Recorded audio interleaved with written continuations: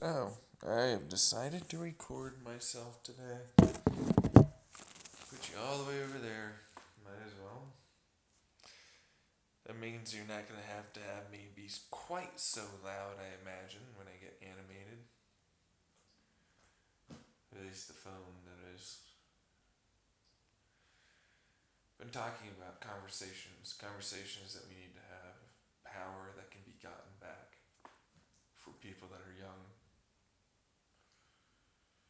Because conversations about black and white thinking, all or nothing thinking, about conversations about sexual identities and stuff being okay, the way we treated how weird it was for that to be a thing, and how like weird it would be for a person to own up to their body and like have it become a part of corporate shit that means they have to actually write a contract that states that they're going to give this amount of something and they'll fulfill that for sex with this person.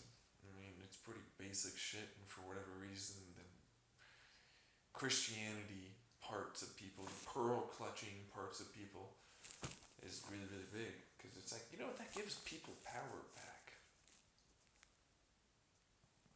It does. It gives people power back. You know, it's like, hey, you know what, you said that you'd be doing this, now you're going to jail. You know, I consented to this. I had to deal with it, but it's like, that's a thing. And people can handle a lot more than you think. As much as I say that, though, it's like, doesn't matter if they're young or old. They're always going to have issues. So it's like, do you do it or do you not? Well, you know, if you want their power back, then you're going to do that. You'll have the conversation. You'll make it so that way they're aware at a very early age about basic, like, hey, if you're angry and you blow up on someone and you use words like this, they're going to feel bad and you're going to feel bad, and that's not okay. Take a moment and, like, let's breathe this out and let's then talk about this.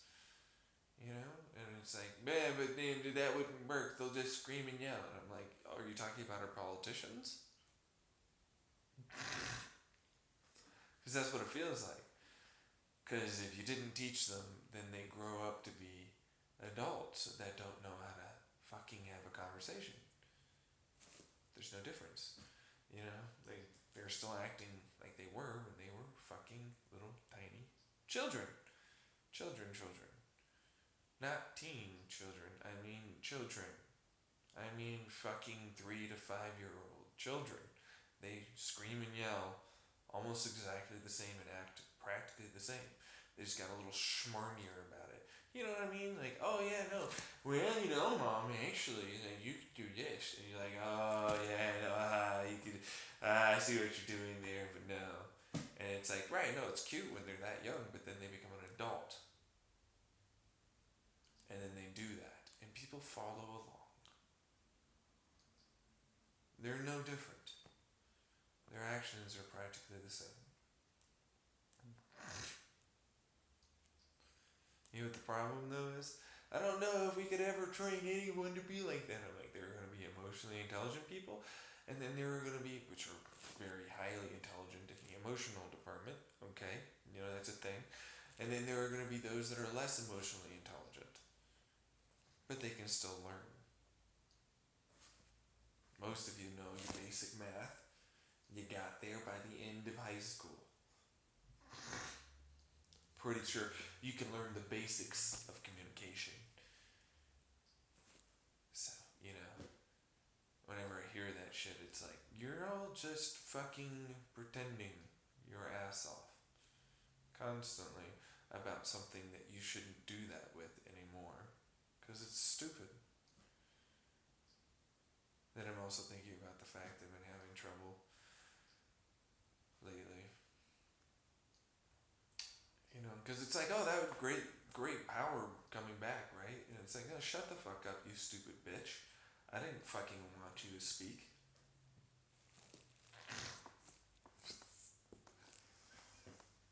You weren't allowed to speak. Shut the fuck up. It's like, because it does, to a certain extent, And it doesn't, because it also means that you have to fulfill your obligations on the other end of that. And then there are the facts that, like, hey, you know what? A person that understands, okay, they're told, okay, working with me here, work with me. These are all hypotheticals. Stop interrupting. Work with me. Basic stuff. Don't interrupt. Stop fucking doing that. Just listen. Alright. So, we're going to start off with the fact that, hey, you know what? Someone is young. And so that means you need to say something and then describe what those things mean. Now, that means you have to teach a bunch of adults that this means this and only this. Your bias doesn't come into it, which is already practically impossible.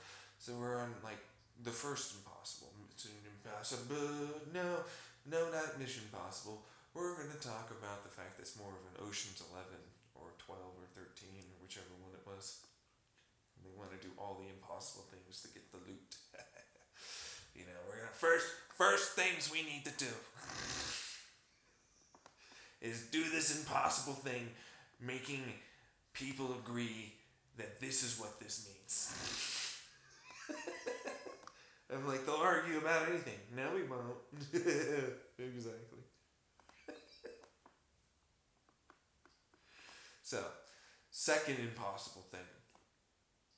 You have to describe it also after the fact with the knowledge and understanding that means you described it well enough for it to be understood. Second impossible thing. You get really awkward and you clam up. Like, oh, I don't want to talk about that. And that one gets to be a problem sometimes, you know, because it's like I don't feel like I'm comfortable with talking about that. I'm like, right. Well, but this person's, you know, needing you to step up and be better for them. And you did it for yourself because you're alive, right? So you stepped up and made sure you were alive at least, right? And this person's going to want to do the same and is asking of you to be a decent person, right? That you're going to do. Or are you saying that you shouldn't even be alive? Because that's what I'm hearing. I'm hearing, no, I'm so uncomfortable, I shouldn't do the right thing and actually talk and be honest about something that someone genuinely needs to help from you to do. Because that's what I'm hearing. I'm hearing you shouldn't be around anyone, you should not be talking to anyone, you should not be anything anywhere at all. And eventually you're not going to step up and keep yourself alive, or you're a selfish bitch that doesn't care. Which means you're a narcissist, a sociopath, and a psychopath. Now, if you're someone that can't handle certain things, that's different. Because it's like, whoa, I actually cannot handle things. But then, like, they love to use that, the narcissist, sociopath, they love to use those ones. Once that got into the conversation, we need to, for the emotionally intelligent people, have them understand that we're maybe having certain issues, and we need you to, and it's like, oh my god, I hate you. I hate your stupid manipulation games. I don't like you. I know for a fact that you're lying. You're garbage. You know, my family, things like that. You know, like, I know for a fact you can be so much better. You can be this, you can be that. And I'm like, yeah, I know, but I'm dealing with a lot that I don't talk to anyone about ever. Because fuck them. They've hurt me so much, and every time I get shitty advice, most of the time I don't even feel like they give a shit about me at all. And in fact, I've had that proven. Which is a problem. I have. Like, father, my two sisters. You know, they don't give a fuck, and why the hell would I? Don't know you. It's like, right, but they never wanted to, and when I reached out, it became a whole, like, Mom, she's okay with this. You know, I'm not getting into that, but, because I'm gonna go fucking into a rant again. But let's get back on topic. So this person's gonna get something described, okay? It's like, this is something, they'll butter you up. They'll say that you're so nice, you're so good, you're this, you're that, I love you, all this, hey. And it's like, that's a basic premise that even adult women have problems with. So, like, that's something we definitely need to make sure people, and men to need to, like, understand is a thing. Yeah. You know, doesn't really seem to matter gender, pointlessly gendered, you know, because it happens more to us than you. I'm like, but it's still bad if it happens to them. And so that's also something we need to make sure is being talked about. You know what I mean? Pointlessly gendered. Get out of here.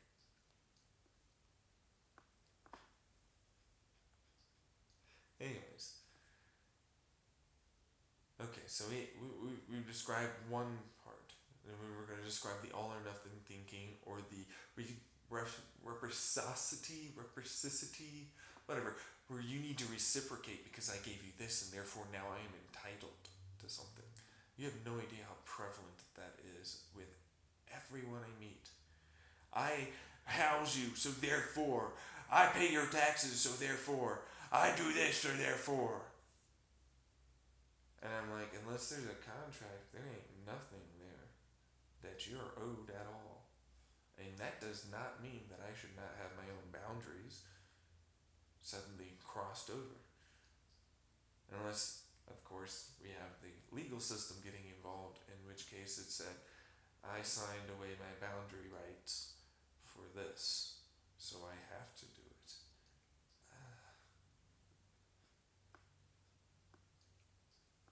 Which is effectively like, I have this job, it doesn't pay me enough. I'm like, well, that's what you said that you were willing to do the job at that money for. Well, I was desperate, and they knew to take advantage of you. So if you want to change that, you need to, like, change the system.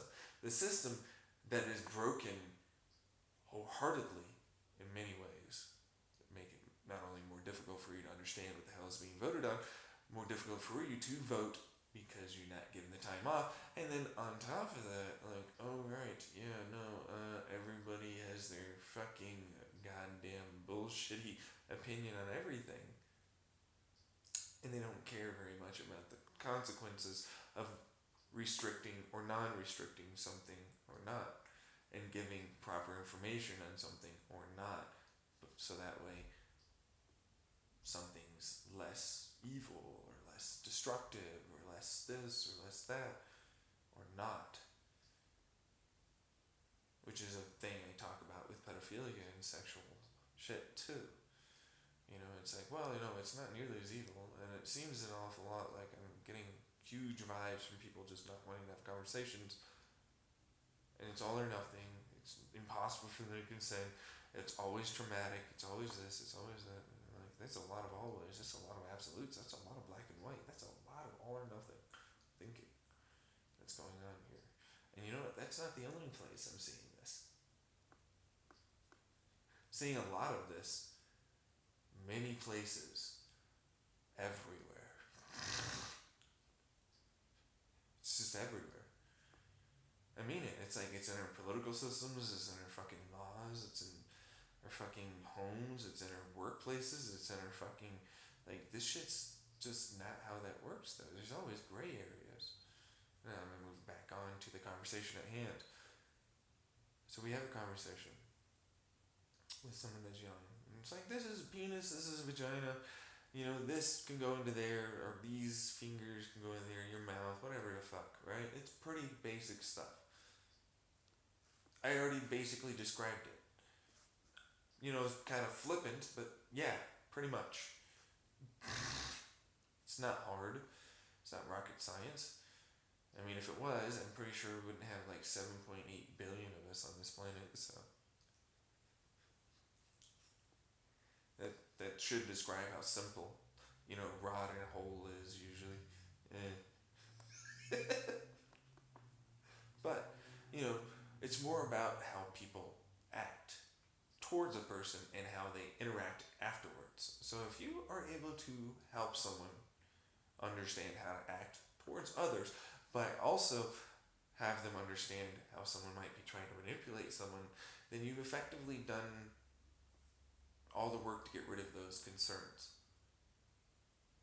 And those concerns are no longer as valid as they once were. They're still valid. They're still an issue. Some people aren't going to get it immediately. Some people fall for tricks. We still see con men and women everywhere.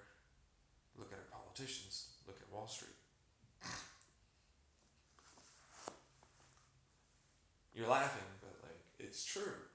You know what I mean? Honestly, right? And then same thing with what is legal and what's not legal, and how things came about for being legal or not legal, how views about sexuality and non-sexuality things are viewed. That all came about from a person being like, I, with my friends, have decided. You over there, we do not like, and we've written on this paper, and we have collectively voted for this, and so therefore you are bad and we are good. And we have now paid collectively small, tiny pennies towards this other group of individuals who will now hurt you. What? It's funny because that's literally exactly what that is. It's literally exactly what that is. That is our police force. That is how laws are made. And it's like, well, this guy killed my cattle. And we, collectively, in this neighborhood over here, signed this document saying it was okay for us to kill the person that did this. No, you're not allowed to do that. Why? You did it to us. It's like, because that would disrupt our power dynamic and it would make us look silly. And it's like, no, but you are silly. I don't want to do what you're telling me to do.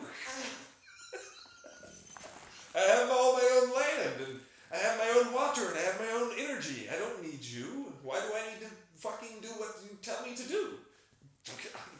Because that's how this works. You will do what I tell you to do, or I will send the force of all of my forces upon you. And it's like, what? No, that seems like a blatantly too big of an escalation.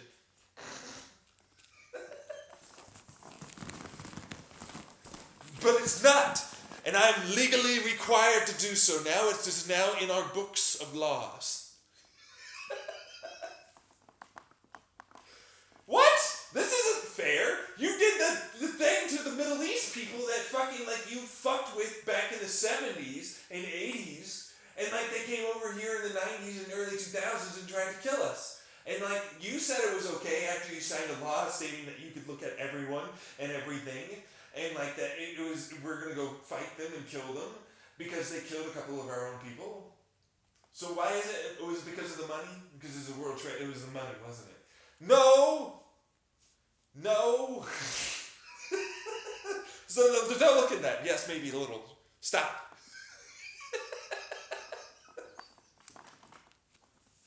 But it's yeah. Honestly, right? Right? If you really think about that, right? That's how that works. And we were just it's official now because they have the right dress up. And they have the right words they speak. And the right stage for it. And so therefore, the theatrics mean that it is now official. I'm not high, if you're wondering. Really? Yeah, no, I don't have anything. I had some coffee earlier, but this is generally how I talk, because I feel like someone's going to be like, you're high right now, aren't you? I'm like, no, I'm by myself. Vibing by myself without a bunch of toxic, negative assholes I don't like. And I act differently and more happy. Whoa! Mind blow.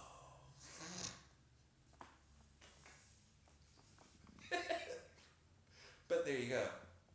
I'm not in a good place though, because I'm super alone and dealing with a lot and have nothing to do. It's it's not good. But, I've been thinking about this because it's like, this is one part of the equation. It's like, oh, so shut up.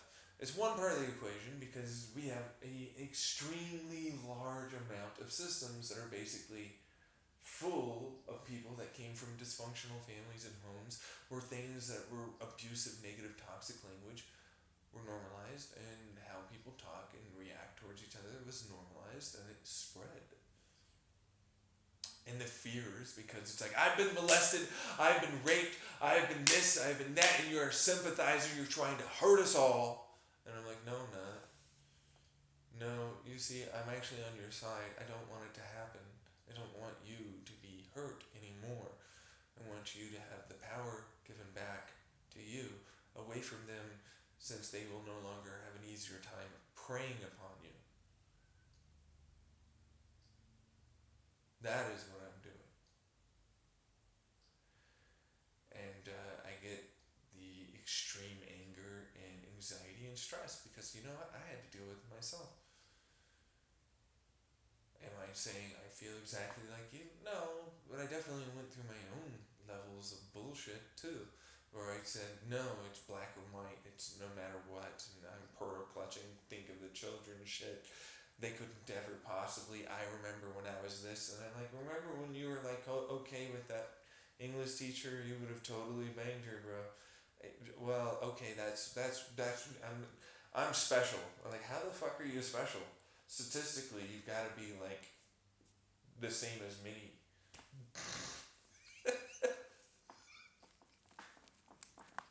It's remember that babysitter man?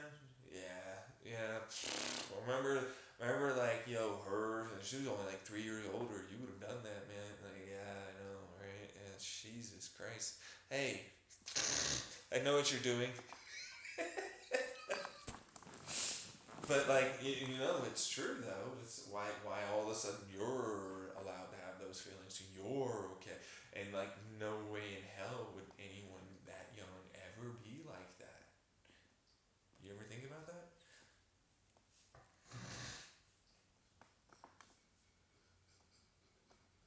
Anybody?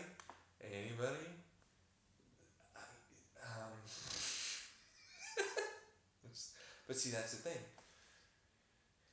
And so it's like clear examples are shown in the media and are blasted way out of proportion sometimes and are way worse than you might expect.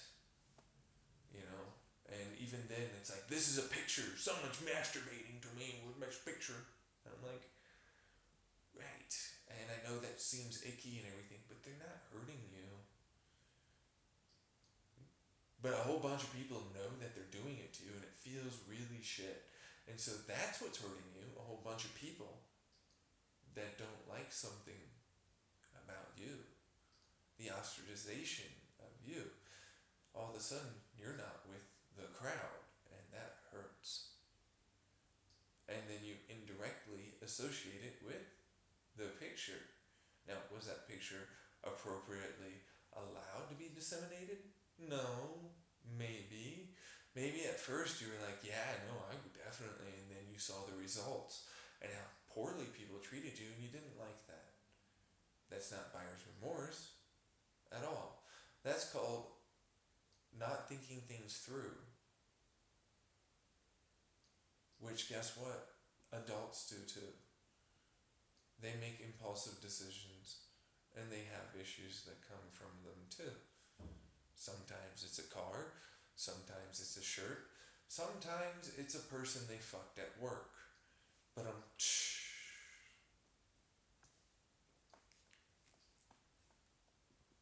little rhyme, Anyways,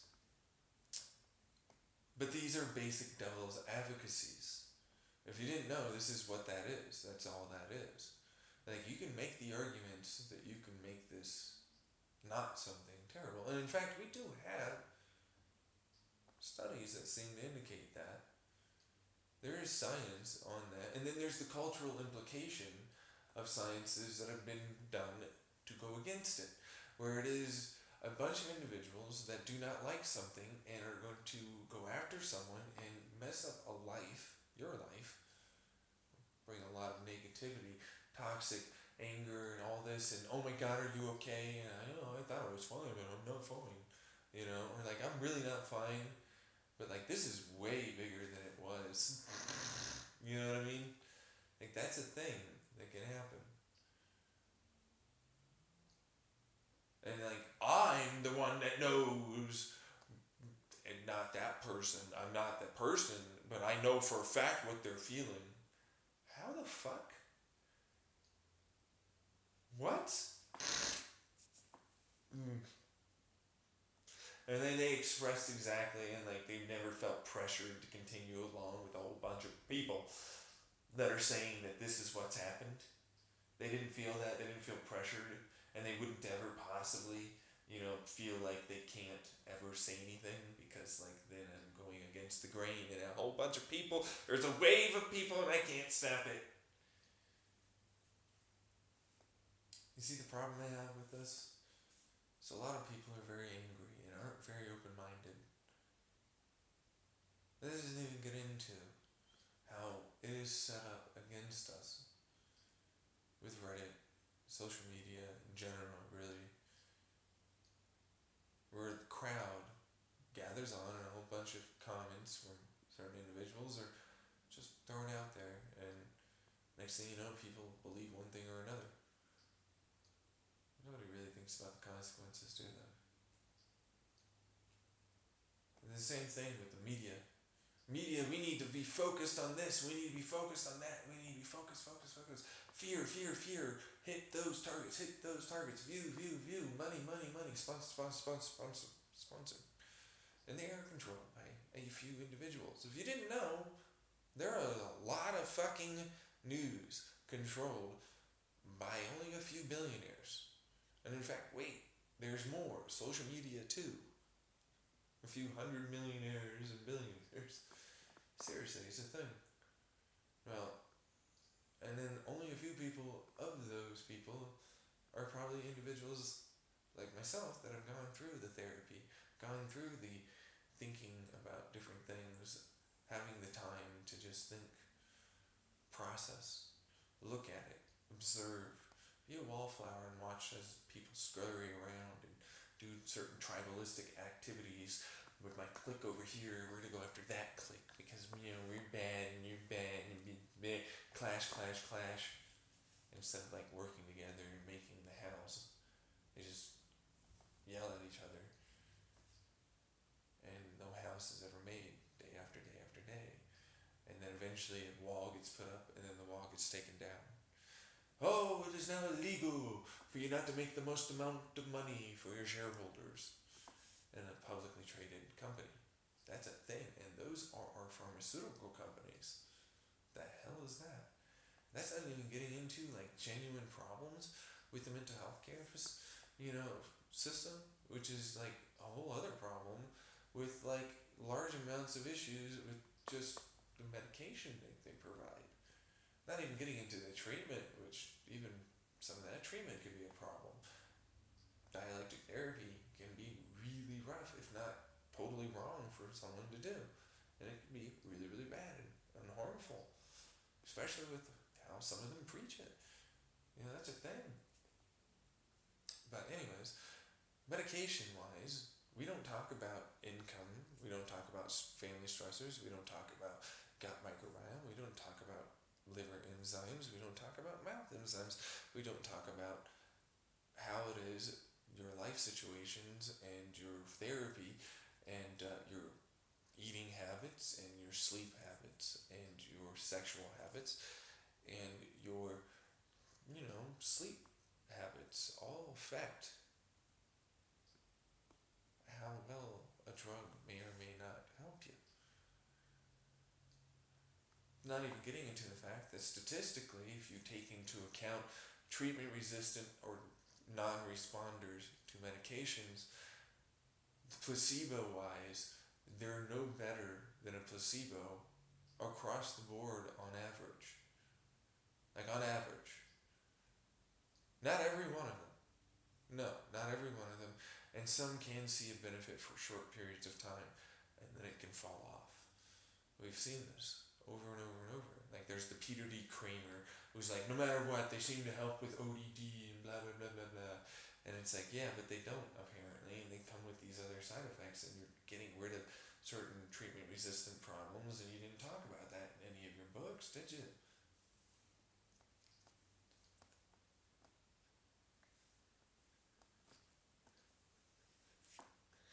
And then we talked about like the Kirschif or whatever, the Kirsch or the fish guy. You know, it's like no matter what, they're all like this. And I'm like, well, that might be the case, but it's not all.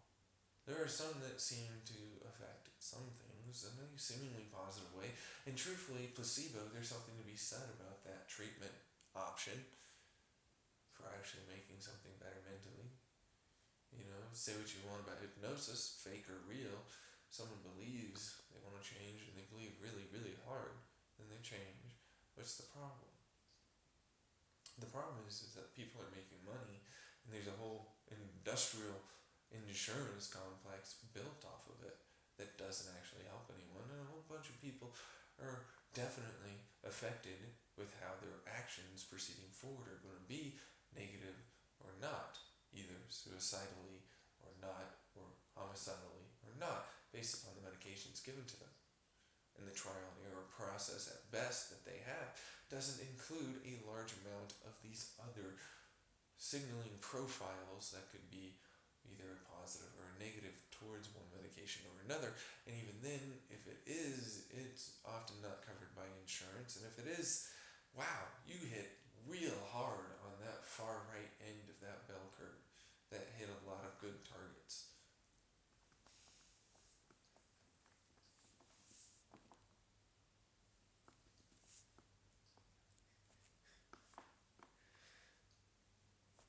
That's just one area. Treatments for mental health facilities are effectively like a prison. You line up, you go to your food place, you sit in a room and you kind of talk, and that's about it. You're off of a sheet, they have you talk. It's not really treatment. Truthfully, it's not very good. I've been there 5 different times, and you know, most of them, it's more about the fact that you're away from your toxic environment that you were in, and you seem to have gotten better, and now you're out. Is what you hope if you can afford it, because it's often very expensive and usually not worth shit at all.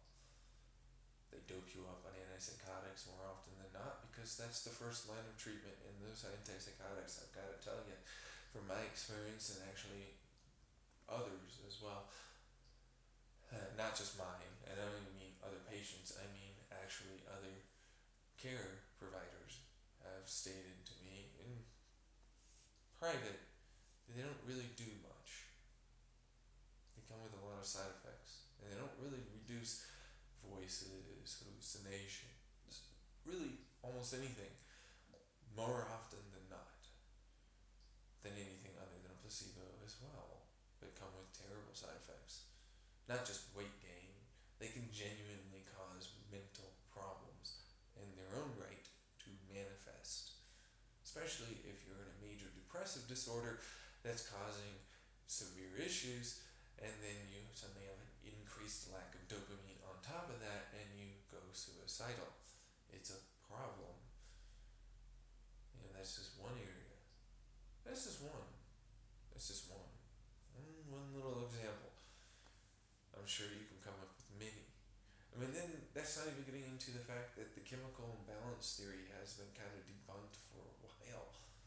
Neural network activation is usually the better descriptor, and having a cascade effect of hormones, sodium, calcium, and potassium ion channels be affected seems to be a further more beneficial to someone's mental well-being than a simple serotonin reuptake inhibitor. No matter how selective it is, it still hits the rest of your body. They don't really help as much as you think, you know. And the reason why I say hormones, because if you didn't know, THC is a little bit of a hormone in the endocannabinoid system that affects different pathways all at once. Same thing with magic mushrooms, psilocybin. Although it's more of a tryptamine that hits multiple things at once too. Um, there are things that seem to have different effects.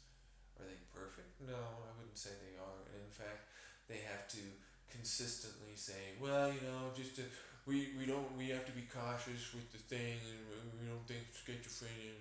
But I've talked and discussed to people, and it's like, actually, you know what? Literature doesn't really seem to do anything like that, except for like trying to get funding that is hard to get for these substances in general, and definitely doesn't often come without its own problems and biases, not to even mention how much it might get oppressed as well in the space. So if we do enough to look like we're doing enough, and we're really trying, you can't fault me. And yeah, my shareholders get money, but it's okay. We found a new use for this SSRI. Suddenly, somehow. And the worst part is like my family would never know. They'd think I was lying my ass off. And like they had a sob story in their own right about me having these issues or anything else, and it's all about me, me, me, me, me. And I'm like, I'm the one that was complaining to you about mom before she tried to kill herself twice. Times dos. Came to you twice, actually. Texting my younger sister was like, get the fuck out of here. Paraphrasing. It's like, you always come over here and all you do is complain about mom and how she treats you and everything else. And I'm like, and I'm able to just like pick myself up and just get out of here like you. Because apparently I'm the same as you. Or hey, you know what? Let's get on to the fact that she's a psychopath. I live my life by a set code of rules, and like I follow that consistently, and that's how I should act, and you should too. That's a psychopath thing to say if you didn't know.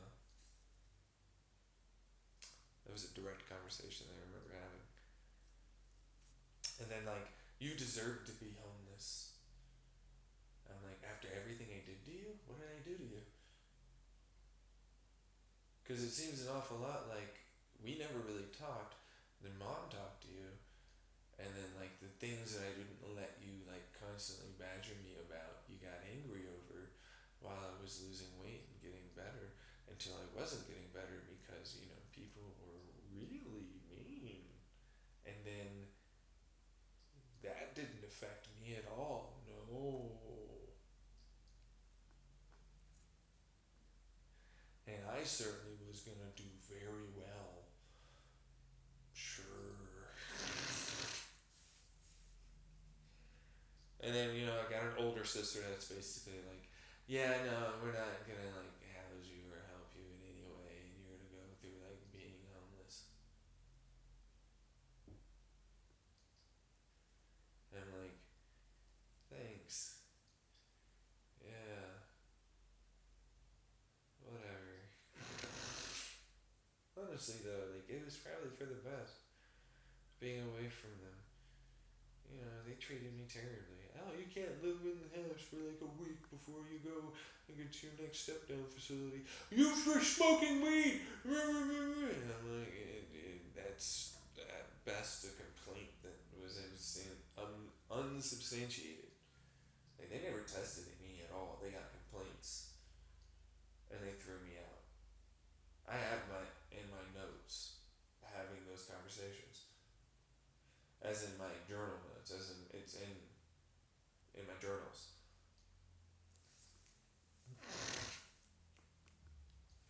Yeah, no, I recorded those conversations. And even if it was true, it's like, yeah, no, I was doing pretty well. And then COVID hit, and my work basically destroyed me. I was not wanted at work, and I was not wanted where I was at the step down facility because it was deemed too independent. It's like, isn't it supposed to help you become independent? And I'm like, that's what they pretend, yeah. Same thing with like you might get a place to live, which is another pretend thing. Like, oh, you have been homeless 5 years, you've been in the step down thing for 5 years. You've been like you've had your shit stolen, and you've like had these issues, and you had that issue, and this and this, and then you make a certain amount of points, and then it's like, oh, guess who gets to be on the list now? Wait another 5 to 10 years, and you might get a place of your own. It's a crock of shit. Everyone I talk about that too in the mental health care area. Like my lawyer, for the fifth time, I went to a mental health facility because my mother was just berating the shit out of me, and I didn't catch a lot of it, but I was going back after because it was like I, had just been homeless, and honestly, like you don't back down, you can't. Like that's just something you can't do. So, anyways, not to mention with her, it's like then I'm just gonna get bullied into a particular area, and I'm not gonna do well. Now, was I doing well? No, I wasn't. I needed help. I was drinking a lot. I was back to vaping cannabis again. And while for the most part I was doing fairly well in terms of like avoiding her, eventually I got fucking insane. Like I genuinely became insane. She doesn't even recognize what that was. Like that was a post traumatic stress event that eventually got to the point where it boiled over, and I'm not even diagnosing myself on that one. I have had others vouch for that shit, and that's a thing. And then I got my court order treatment. And the moment I came back, it's like, oh yeah, no, this is exactly why I ended up having those issues. Like I knew it before, but it's like I gotta be away from the mission quotation marks because it's a shelter, but they call themselves a mission. So they get tax exemptions and they make lots of money because they do actually make lots of money from donations and people that are working as well at the shelter.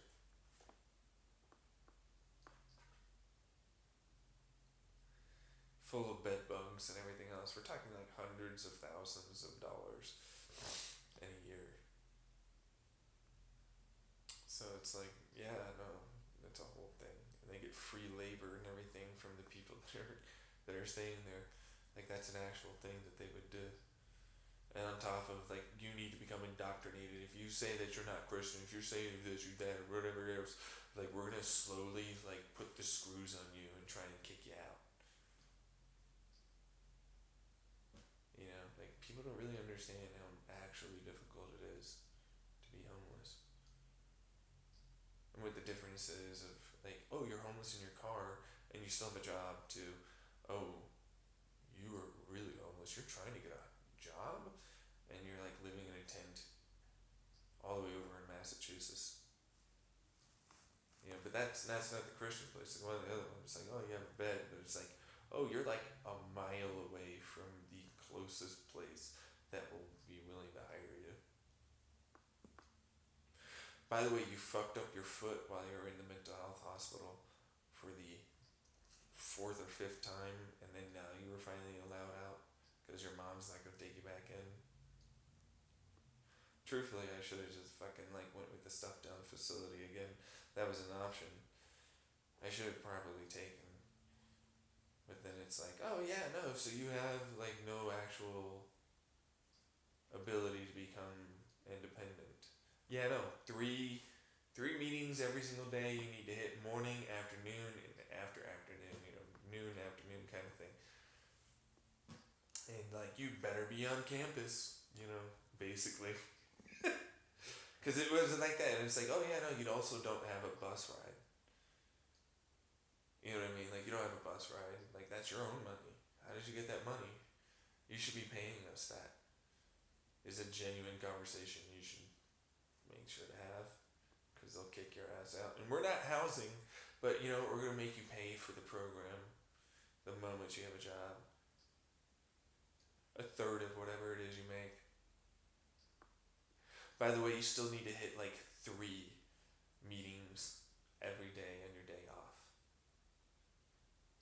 It's like I'm working like genuinely 30 to 35 hours roughly every fucking week, and I have to spend like an hour to get there and an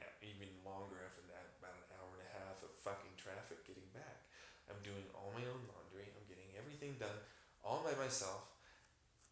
I even have friends that I'm keeping up with. Too independent. Like, I thought this was the whole point of the program. And they're not proud of you and they want you out. That is exactly what happened there. Yeah. And then, oh, you're so terrible to us, John Tyler, while you're doing the best you've ever been doing and showing that you can do it.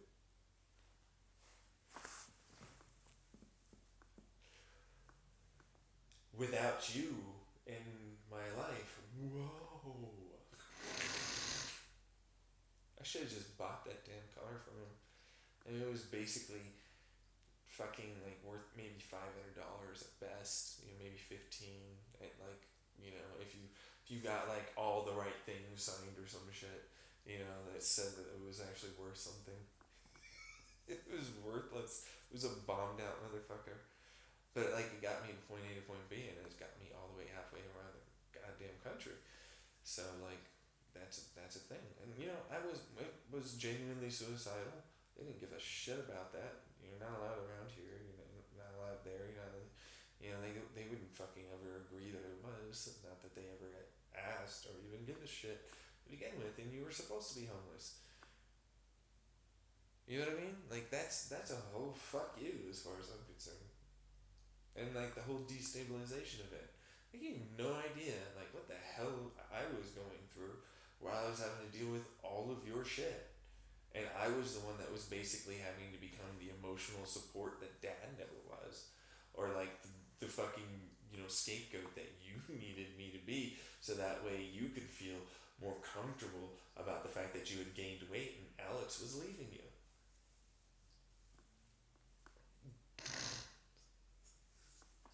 That's my younger sister. And she'd been going through like 3 or 4 different like fucking jobs to finally settle on them. And then she still finds somebody and like, she's a total dick, honestly.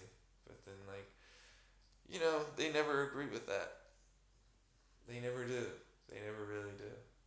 And my older sister doesn't really want to talk with me. I tell them about like the fucking like stupidly immature way my mom was acting. I wish I could describe that better. But minimize. It was for compassion. You wouldn't understand. I'm like, compassion? I'm the one that's been dealing with her for like longer than you. Like genuinely. Longer than any. Like Dad doesn't even deal with her as much. They just have more candid conversations. I'm the actual one that does that. I'm finally alone and I'm like dealing with all my other problems. It's like, oh, my therapist doesn't, I'm still trying to get another therapist. Still waiting, it's been like 3 fucking weeks. Still waiting to get SMI housing, still waiting on trying to get low income housing, still waiting for SSI. You know what, I got stuff in the mail. It's like, hey, guess what? You have to go over to Sholo at this place. I think it's a Super 8 or some shit. And you need to like show up somehow. Like September 2nd and October 1st. Like, what the fuck? Why? Like, why couldn't you come here? I have no transportation. There is no bus rides. There are no fucking Ubers. There is nothing at all that goes from here to there. You know how I got to there? I had to call my fucking insurance company because it's like, oh yeah, this place, said I needed an appointment with them. Can I go? And it was like still 20-minute wait on hold until eventually got a hold of someone. And they're like, well, let's see if it got approved. And then it got approved, but it was like, that was an entire hour conversation on the phone just to get that done. Like, the fucking shit is this? And that was it only for appointments. That's not this. This is SSI. This is different. That's not an appointment. The insurance doesn't cover that. They won't approve it.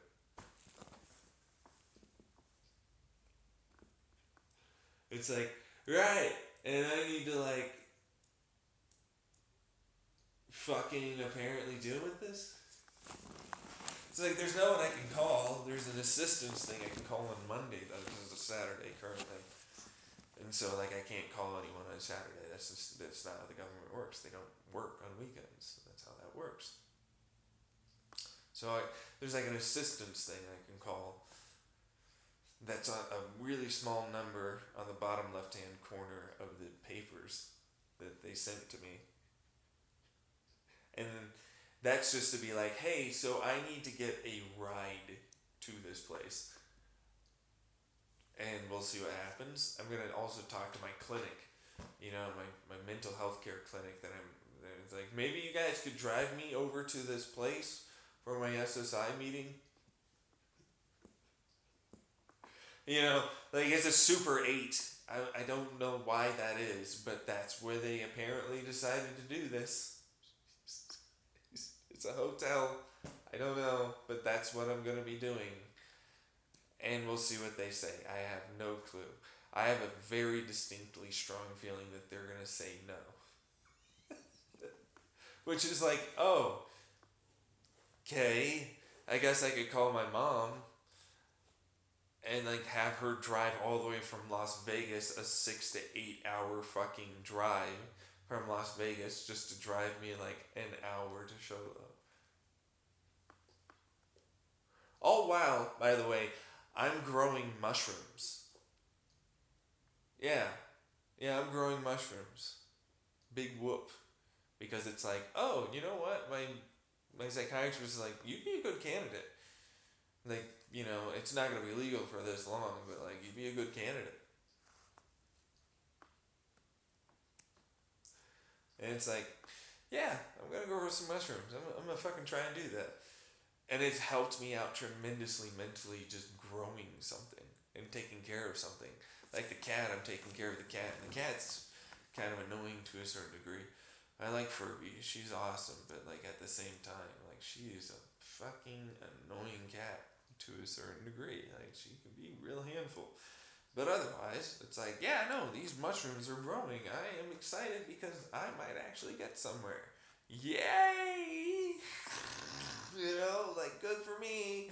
Like, I'm going to have mental health care, but then it's like, oh, yeah, why do I need to justify taking drugs? Why? Just to have fun. Why do I need to justify that when I'm not hurting anyone, I'm not doing anything? Because it's like, it's meant for my mental health. That is why I did it. With some recreational fun from time to time, too. That's what it was for. But there's no reason for me to justify that. Especially when it's like, hey, do you have anywhere to go? It's like, no. I can go hiking and that's about it. And like the only actual places that are fairly decent hiking is like an hour riding my bike up a hill through some gravel ass road to get to. But it's like that's a genuine thing.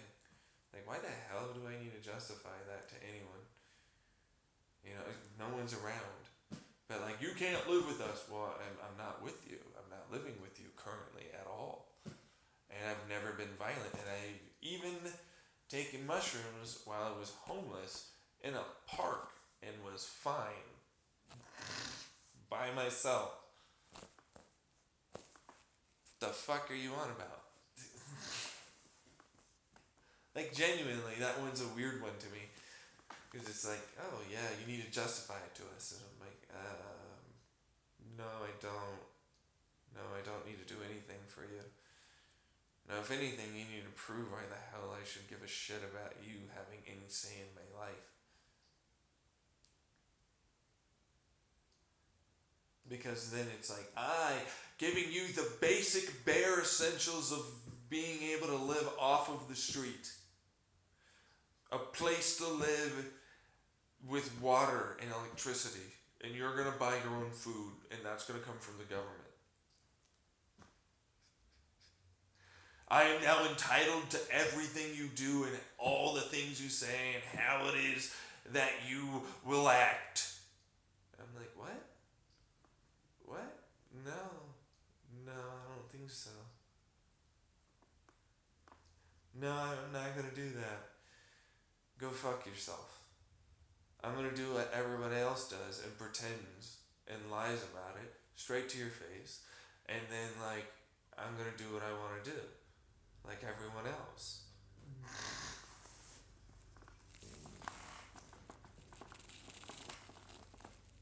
It's funny, but it's not that funny because that is literally what everyone does. Oh, it's illegal for me. I've never tried mushrooms before. And I'm like, okay, sure. I'm like, right. Yeah, and I believe nothing about what you've said.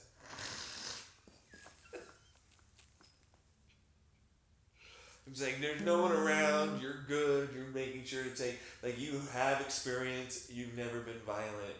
What the fuck should I ever care or fuck about? Been violent with us? No, no, no. That was a PTSD event that eventually culminated from you being extremely mean, and eventually I had a moment I wish I could take back and I apologize for, but constantly embarrassing someone over it doesn't really help anyone.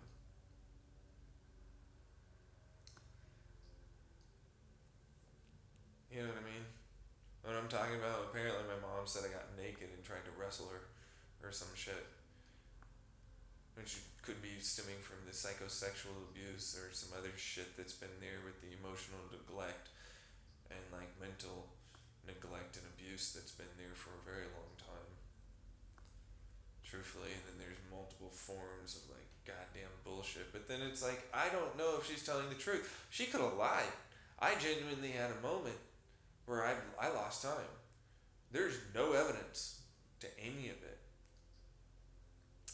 I don't know. I can't. I mean, I'd like to, but I'm sure she's probably not lying. I do remember some shit. I do remember being naked. I do remember chasing around a little, but I don't remember anything like what she's describing it as.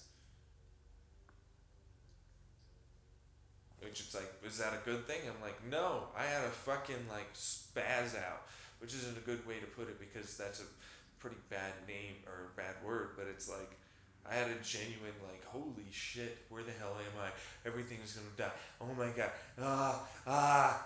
You know, just ramp up and like it's hopeless, and then like this person's been hurting me all my life and everything like that. You know, kind of thing.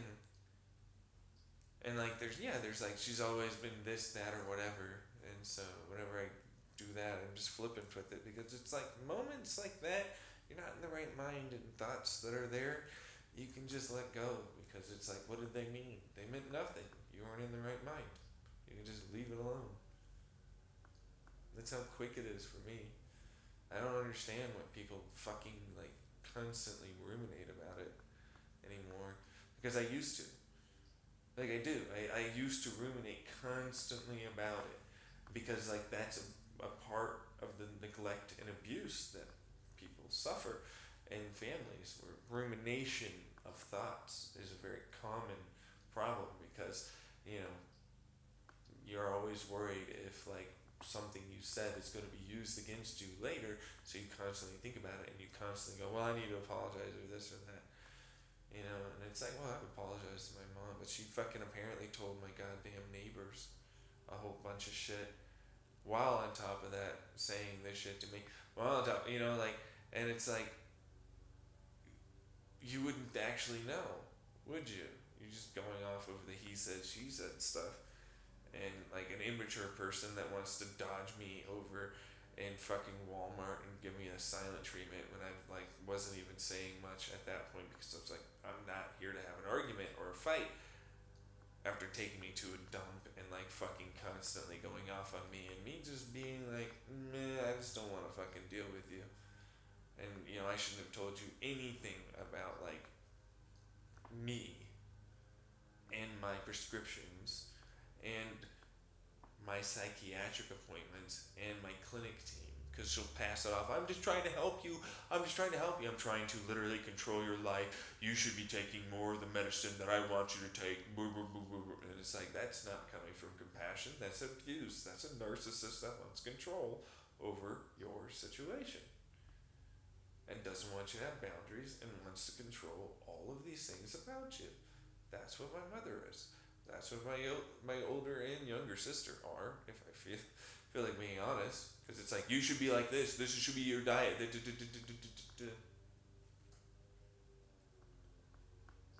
Same thing with my dad. It's like the moment you started doing weed, the moment you did this, everything was wrong and nothing but we were doing was anything contributing to that. It's all about this, and I'm like, okay, so we're out of this conversation.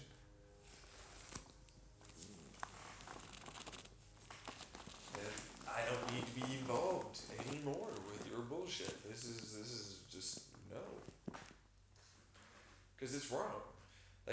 They're wrong. They're just straight up wrong about me in a lot of ways. Are they right about some of the shit that I did? Yo, yeah, no. Narcissists love to point out embarrassing, traumatic moments that weren't good, and constantly emphasize those over any of their own faults while minimizing their shit as much as they can.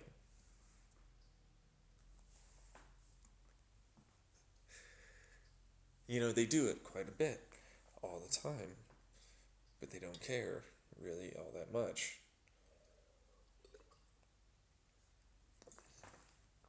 I picked it up from them. Someone has to learn it from somewhere.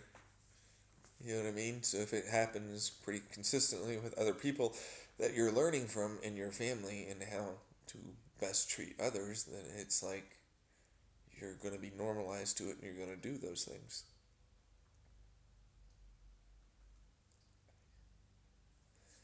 That's a thing. Now, I've changed quite significantly. In fact, I talk to people consistently and they like and enjoy my conversations and they are very fully aware of how mature and nice I am, and they continue being that way. I don't have these problems with other people that are defensive and narcissistic and toxic and negative. I fully own up to the fact that I was having issues. I fully own up to the fact that some of it's caused by me, some of it's caused by them. In fact, I would say it's a lot more them than me, but that's my perspective, man. It's just like your opinion, man. I'm pretty good at that. I'm pretty good at that. The self introspection, the emotional intelligence thing that narcissists love to prey upon to manipulate people.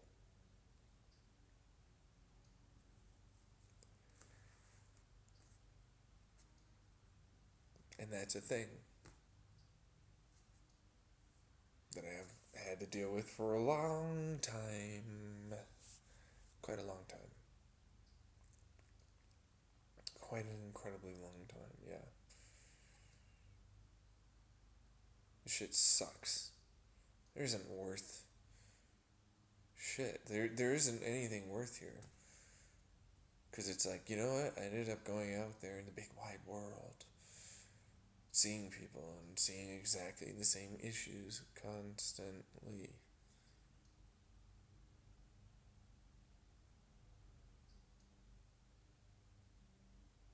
Am I perfect? No. But, that's a thing. Everybody has their faults and no one's going to act perfectly. But then that's the emotional intelligence. I can manipulate. I'm not perfect either. I could. Yeah. See, I already know who you are, so. And what you are. So I'm just gonna, not. Think you can go fuck right off, is what he's saying. Yeah, exactly. But I'm.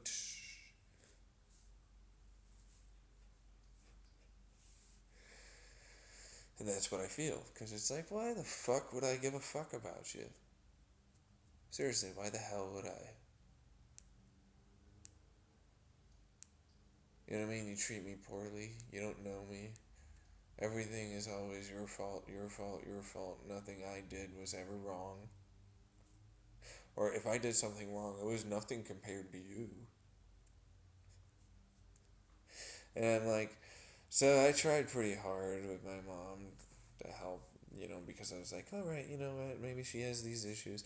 I'm gonna try and not try and push buttons. I'm gonna apologize for the way I'm acting, and let things go and just drop things, and like stand off and have to deal with it my own damn self. Eventually, that led to her pounding on my door, saying, "You need to talk to me. You need to talk to me."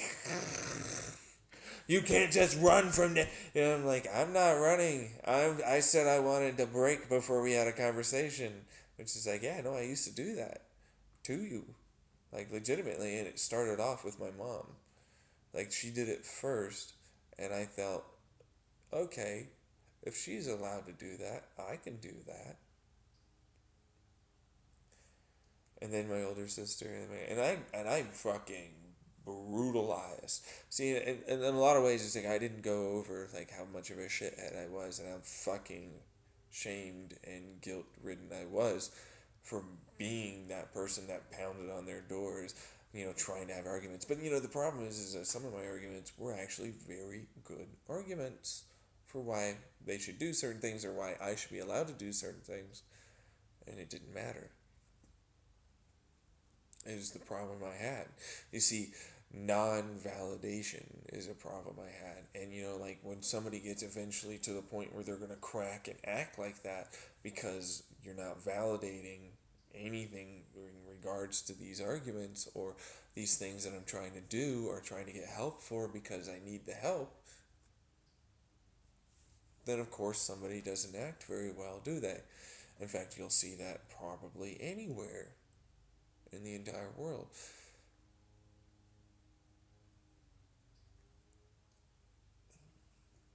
And that's a problem, because it's like they'll never acknowledge those parts about why those actions ended up happening.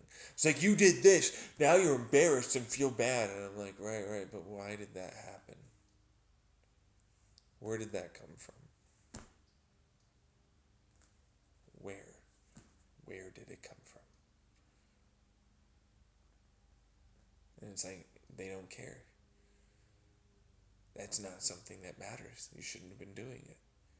Right there, my dad. I'm like, no, we've established I shouldn't have been doing it. I didn't say I should have been or should I be excused. I have apologized in the past and I'll apologize again. I'm sorry I did that. I had guilt and shame. I forgave myself and changed how I acted moving forward, which is the best thing you can do. You see the anger they have? Because how am I gonna play this? How am I gonna lie? How am I gonna like try and reframe this so that way they're the bad one and I'm the good one? Because I've been having these arguments for a really long time with myself, and I know how they're gonna fucking try and sneak some shit in there to try and do some stuff. And like they do that, they do it constantly, and it's gaslighting. You're the crazy one, not me. We need to now defend ourselves. And I'm like, no, I'm just asking you to change. And I tried. And tried to help you. And I even went further and like tried to rearrange my life around you. And you did the same thing. You are still the same narcissist asshole. I don't even know my sisters. And it's like, yeah, no. No, I tried again. I tested you. I did a little of that. And I left, and I don't want to be involved in you or your lives at all because you guys suck.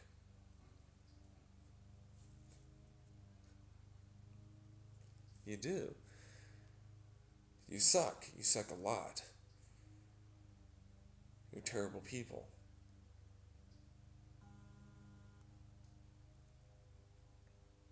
We might even be on the same side. That's one of the worst part. We might actually be on the same side, and like those people suck. They were, but like I'm not like that. But it's like then you did these things, and like you continue to show that you're not better, and I should not be around you, and you still suck a lot. And while I'm better, you're not, and I should not continue having you in my life, so that way I am not in toxic, negative relationships. Because you are one. You know what I mean? Because it's amazing. Like, they don't even know me. But you're the one that's bad. You're the one that. You're the. And I'm like, I don't even know you anymore. Like, literally, honestly, you don't know shit about me. Like, at all. And you've never decided to try and ask. And when you did, you pretty much didn't want to know. Which, all fair play, no one's going to want to do that. You know, most people typically have their own friends and lives, and that's going to be a thing. But, like, if you're looking at someone that has nothing and they're clearly spiraling down, and you know damn well that it's as a direct result of the family that you ran from, then it's like, wait a second, what the fuck? Why wouldn't you come help them?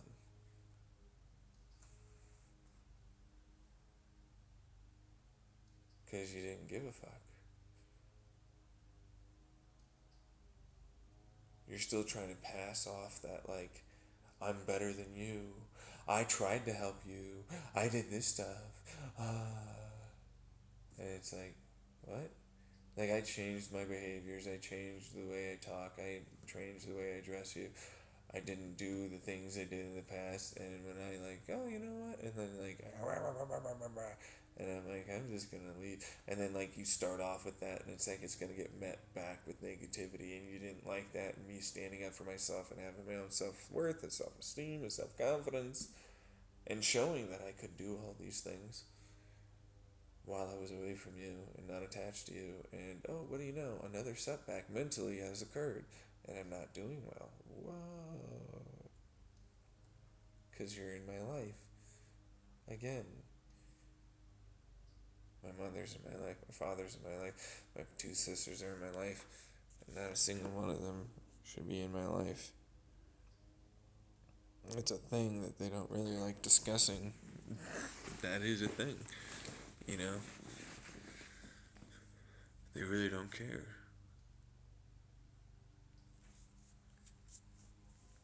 It's like, I can't be held responsible for how you think. And I'm like, isn't that something you said the opposite of when you had my little intervention in the Chandler house? You know, in the living room? Don't you remember that? Look, John Tyler, you're doing all this stuff and it affects me, and then. But, like, you didn't care about how anything else was going on and how I was dealing with it. I'm like, this is why it's always like that. Because they don't care. You know, and, like, I hit the nail on the head a long ass time ago. It's like they've never cared. And they've never really wanted to do anything but pretend to do enough work. So that way, other people that are not very knowledgeable about the situation will side with them, not me. Because that's how the world works. That's how people think and act. Bad people are like that. They don't think about it much at all. Because they weren't helped with therapy. They weren't helped with life experiences. They weren't helped to see the abusive, toxic people in their life. I was. And then I also had time to fucking sit around and think and process and try and go through my emotions and get better. You know, like, and this is the worst part, because it's like, I already know so many of them. Like, you don't know me. You don't know. It's like, I've helped you. I've given you ideas for vacations or jobs or various aspects of who you might want to try and date or how you might want to live your life or many things. Quite a bit.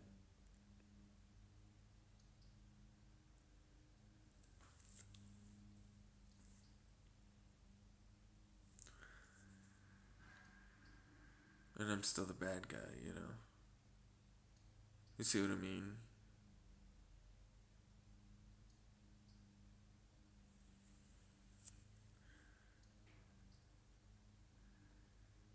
You're still smart, you're still this, you're still that, but you're a shithead and everything is wrong with you and it's not us at all.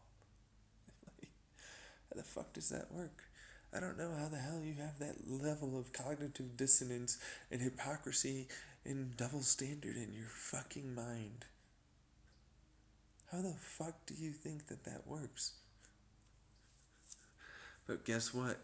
That's our political system, that's our bosses, that's our friends, that's you, and that's like pretty much everyone. Except for a few people like myself that don't try and do that.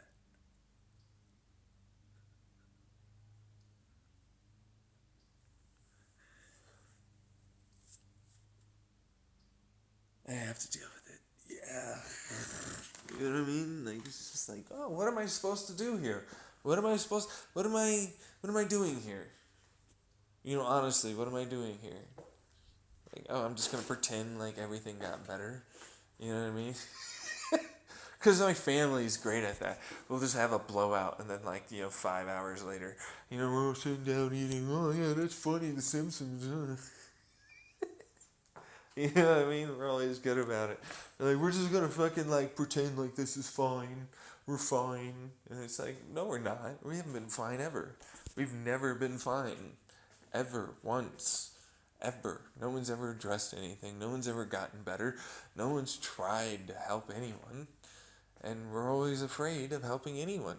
But see, the problem is I'm actually quite cognizantly aware of being a massive empath, sympathy up the wazoo, highly emotionally intelligent, and overwhelmingly intelligent in other regards too. I ended up coming up with an engine that PhD students and theses have talked about. I've looked it up on their own thing. Didn't even know that it was a thing that they've done, or at least had as a concept. But the math checks out. So it's like heat engines. There's no moving part heat engines. If you didn't know, now you know. There's piezoelectrics. Piezoelectrics are rather incredible, and then they have these extremely, and I do mean extremely, powerful photovoltaics that can handle thousands of degrees and get 90% of the energy back from light. And so it's talking about the sleeve, the engine, the cylinder, the piston head, the headers that you bolt down on that fucker, put supportive structure in the cylinder around it, put the heat engines there, put the heat engines inside the cylinder. I'm talking about it. You have 3D printers, nanoscopic 3D printers that can print out nano size shit. That's the same thing that you need for silicon batteries, any of this shit.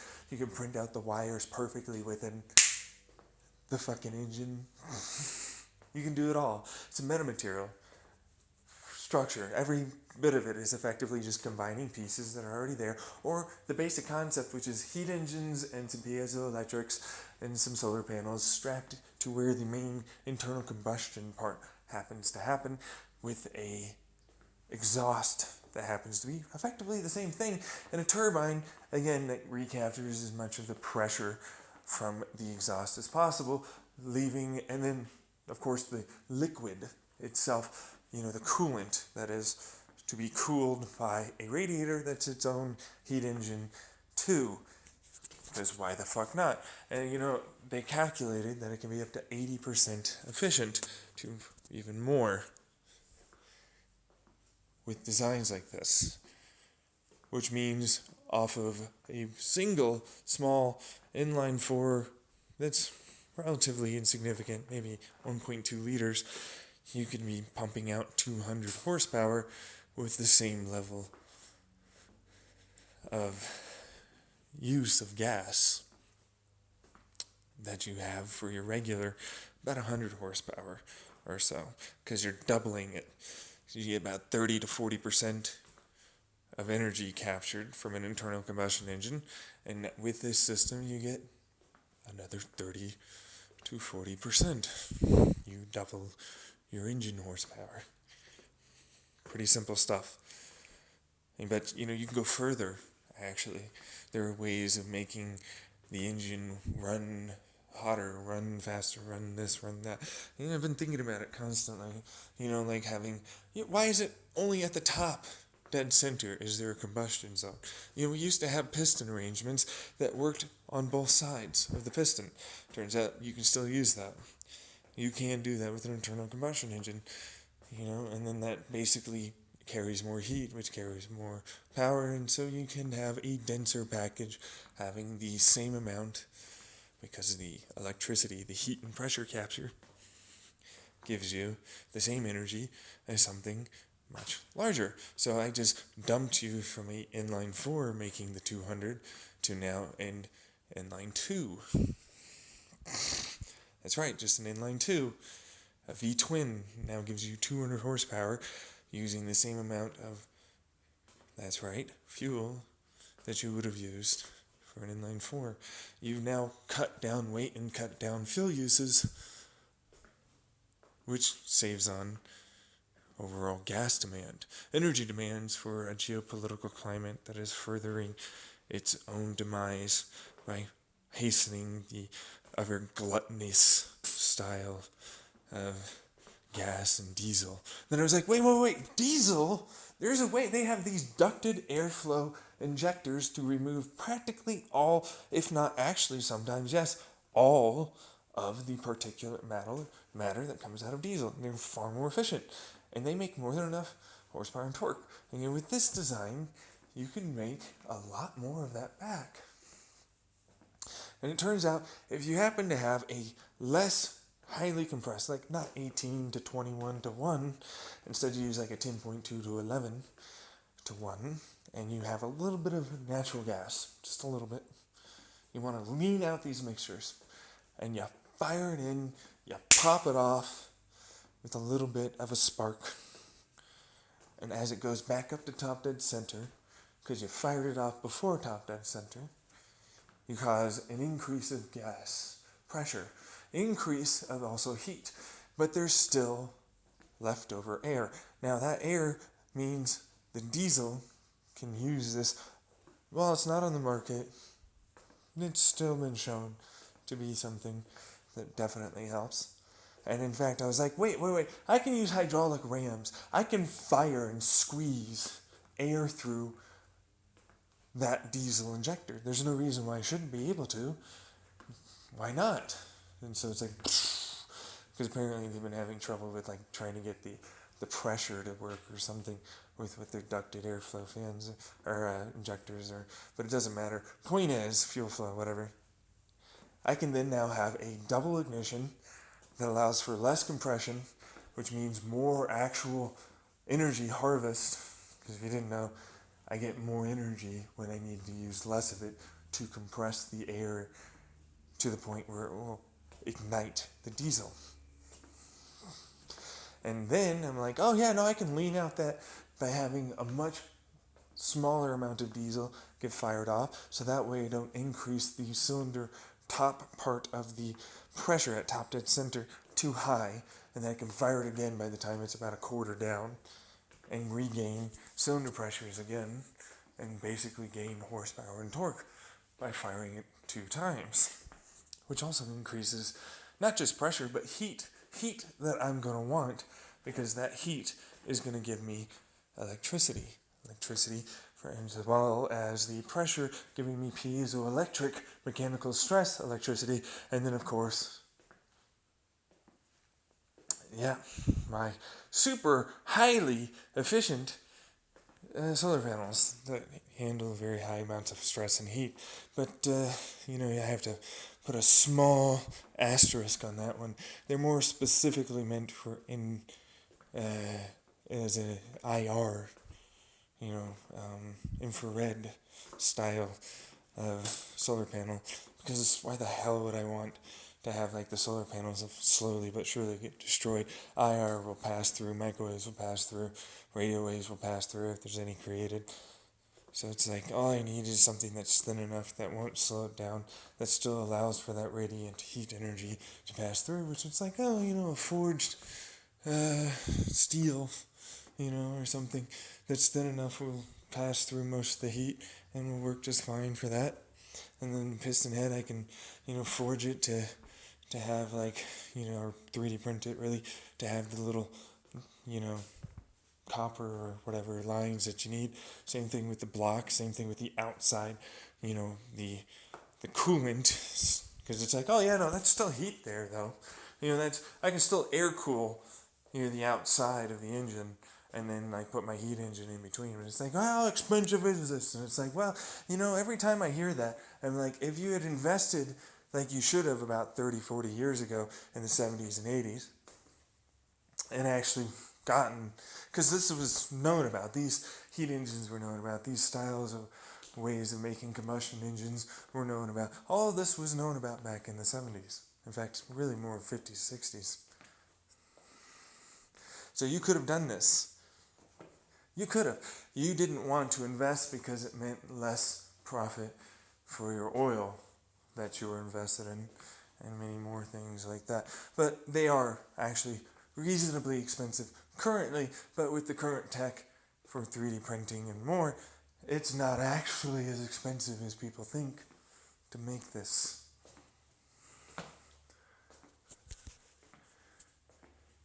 And so I could pump them out if I got enough of them, had enough of an investment, and had the right team, and I could sell an engine that drastically reduces all of the overhead by a significant margin after a certain amount.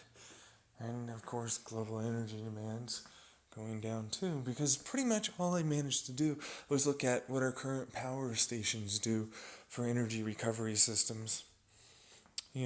Being able to recover the heat energy back into the system to become 90% efficient for creating energy in steam or gas or otherwise. That's all it is.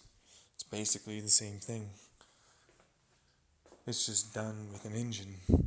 But I say that, but then most people don't even know the hell it is I'm talking about.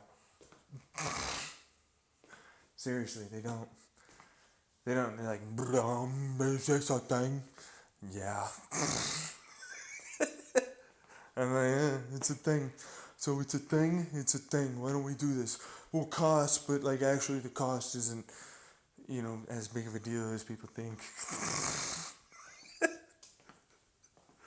Yeah, no, and it's like, they could have done this like 50 years ago. And it's like, yeah, it wouldn't have been quite as good as they could do now with their 3D printing nanoscale stuff and being able to like make it literally as compact as possible, make a subcompact, have like 200, 300 horsepower with an inline 4, do a B or double dual camshaft with a propane diesel.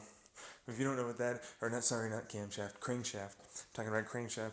So that way the piston goes perfectly up and down, and I get even better, because that's how you have to do it if you want your bottom to be another combustion zone. And then I'm like, oh, I can make 3 of them. I can make a center that explodes, the combustion boom booms, and I can have the outsides be combustion boom booms. And then I just need to combine them with like a double crankshaft into one, and one side and another, and then make a basic flywheel setup for that. Well, there's some parasitic loss. It's got to be way smaller and way more efficient than because a single engine is now 3. It's an inline 3 basically, but it's not. And I can make it 2-stroke. That one wasn't very hard to do at all. You see, free valve, if you know what this is, it's a tech. Free valve tech is a hydraulic ram, pneumatically actuated or otherwise technology that uses that to perfectly, or as close to perfect, depending on what it is you're looking to do, move valves fully open or have them fully closed or have them have that fully open duration for as long as they can in a particular setup. That's all it's doing. Valves opening a certain amount of time for the entire duration of the intake stroke for an internal combustion engine is something you're really wanting. So that way you get the most power, the most bang for your buck, so to speak. You lean out the mixtures, then you get a certain amount of heat. Typically, you add in more gas to gain less amounts of heat from your combustion. If you're unaware, the gas soaks up the heat. There's a whole theory or whatever, thermodynamics bullshit, but that's effectively what it is doing, so it doesn't really matter. And that's all that is. And so it's like, oh yeah, no, I can use hydraulic rams. Hydraulic rams go open and close. And you know what? I can make them sliding. If I use a double top hat design with little vertical stripes on the upper top hat, I can have them slide. And then all I need to do is put it like a little shark fin, a little rough to cause a double vorticing. So one vortex, and they smash in the middle and it turbulates. You want the turbulent flow for the greater increased air-fuel mixtures. And I'm able to fully open and close it at exactly all the right times and have exactly all the right amount of fuel. Because that's all an ECU is doing. It's just calculating piston rate of change, intake, and the, of course, air density, air temperature, and relative airflow of a particular given system. It is an air pump that happens to get its energy by making a burn happen that creates pressure that moves it towards a non-pressurized area, which is the crankshaft, that creates its power. Now you can use that similarly with the bottom by not having it be as compressed as the top. And so therefore it's helping compress the bottom part of your engine to cause more power, baby. It's pretty simple stuff. Truthfully, it's not hard. But they say it is, because then it's like, oh, I did this incredible, amazing accomplishment, and it's great. And it's like, yeah, no, it is. It's great. But it's neat at best. And I was thinking about the same thing with ignition fusion. This is a new design of mine. See, you have already a way to make a very hot gas, exhaust gas, that's coming out at incredibly fast velocities.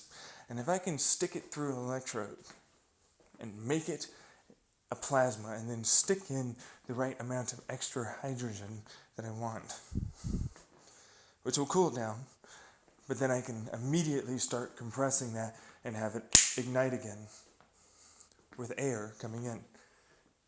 And then I can separate it with an electrode because I have an engine that's creating a large amount of electricity at my disposal. And there's a lot of heat around, so why wouldn't I? There's a lot of pressure around, so why wouldn't I even further gain more electricity?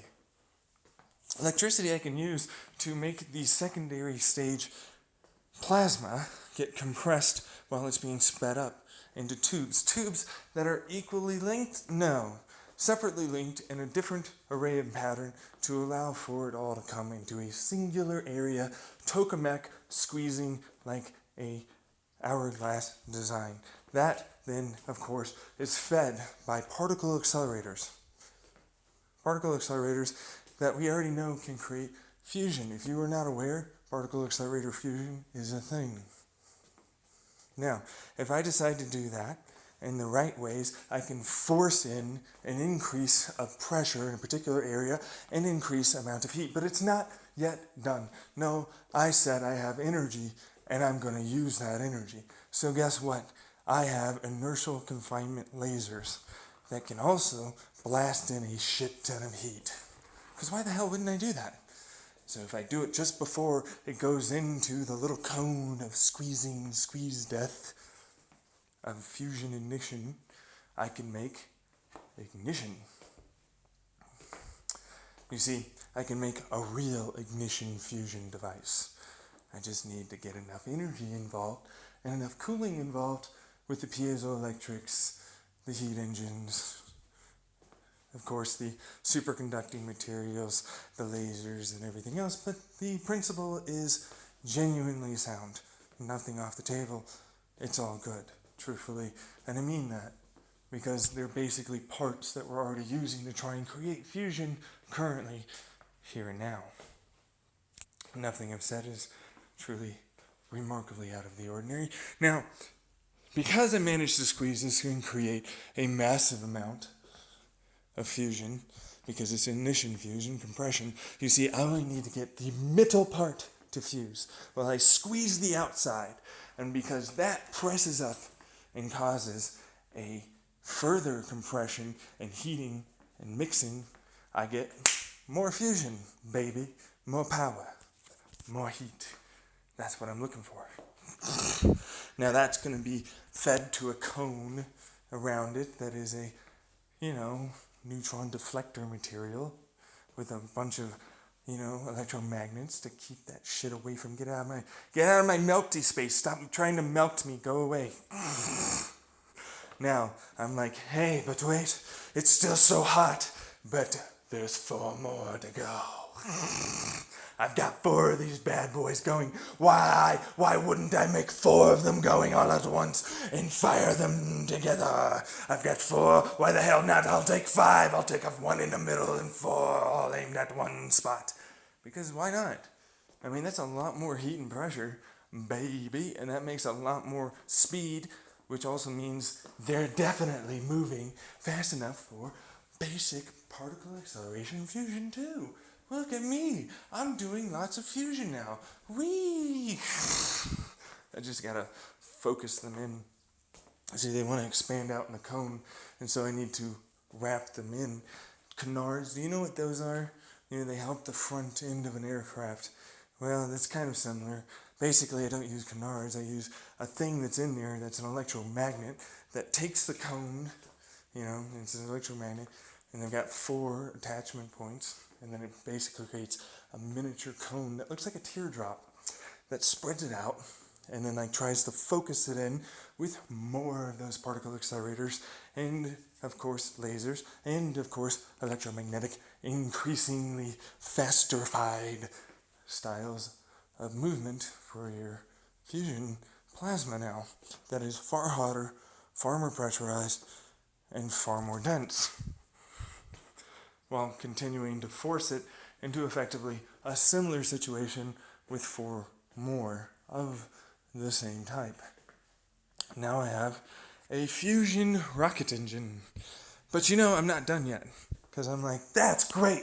That'll work great. All I have to do is shove that in with some more rocket fuel and some air, and that'll be my ignition, because that'll be a super fast moving gas that's super dense and hot, that'll be allowing me to compress this air into this fucking scramjet and blast it the fuck off.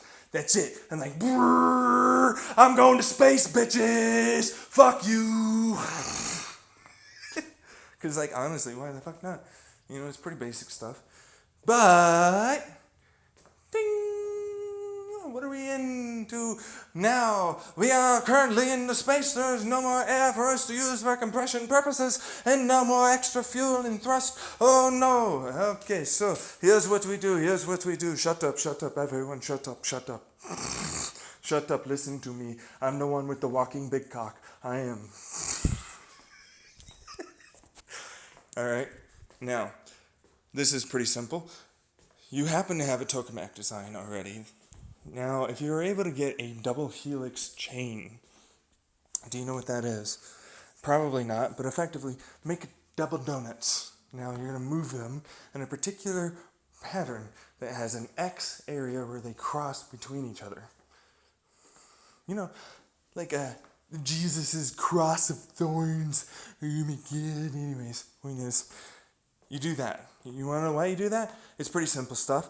That means I can fire in my plasma injectors, my particle accelerators, my lasers, my big baby booms to make an increase of plasma heat and pressure. Pressure that I can spike wave like I want.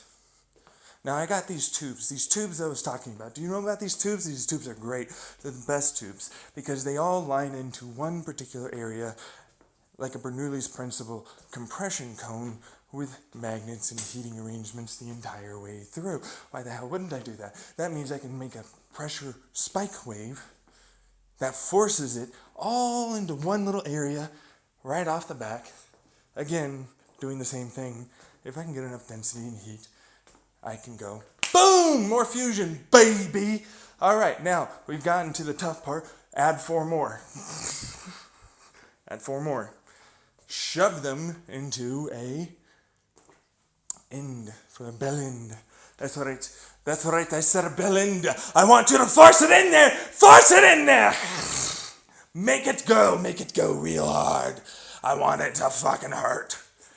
Your bell end, because you're gonna need to cool that motherfucker with like electromagnetics and you know, hydrogen probably. You really are. It's funny, but it's like actually you do need to do that. Otherwise, you're gonna kill everything. Because what you do is you created a bomb. You created a bomb. Remember, all rockets are just bombs that sustain themselves over time. That is a thing. And so, that is what I'm doing. There's a certain amount of energy.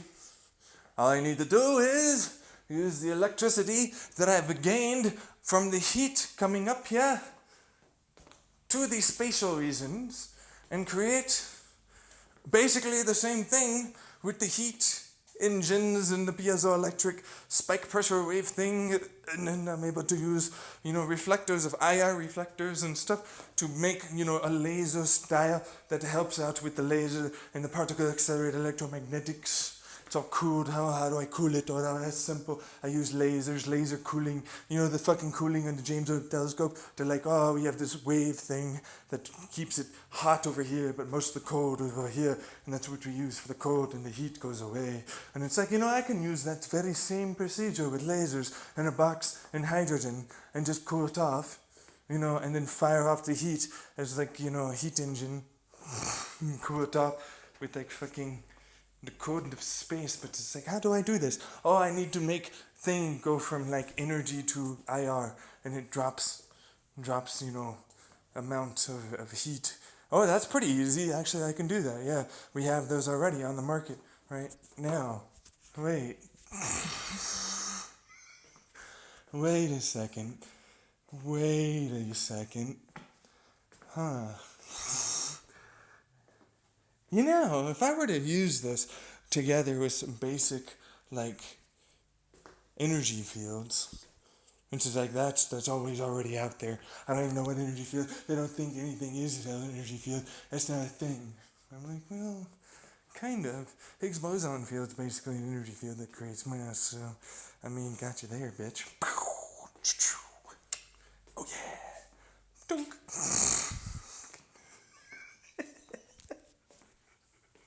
Maybe you didn't like that one. Maybe you should have said it was a Higgs boson field. I'm like, okay, yeah, no, because you've discovered all the fields.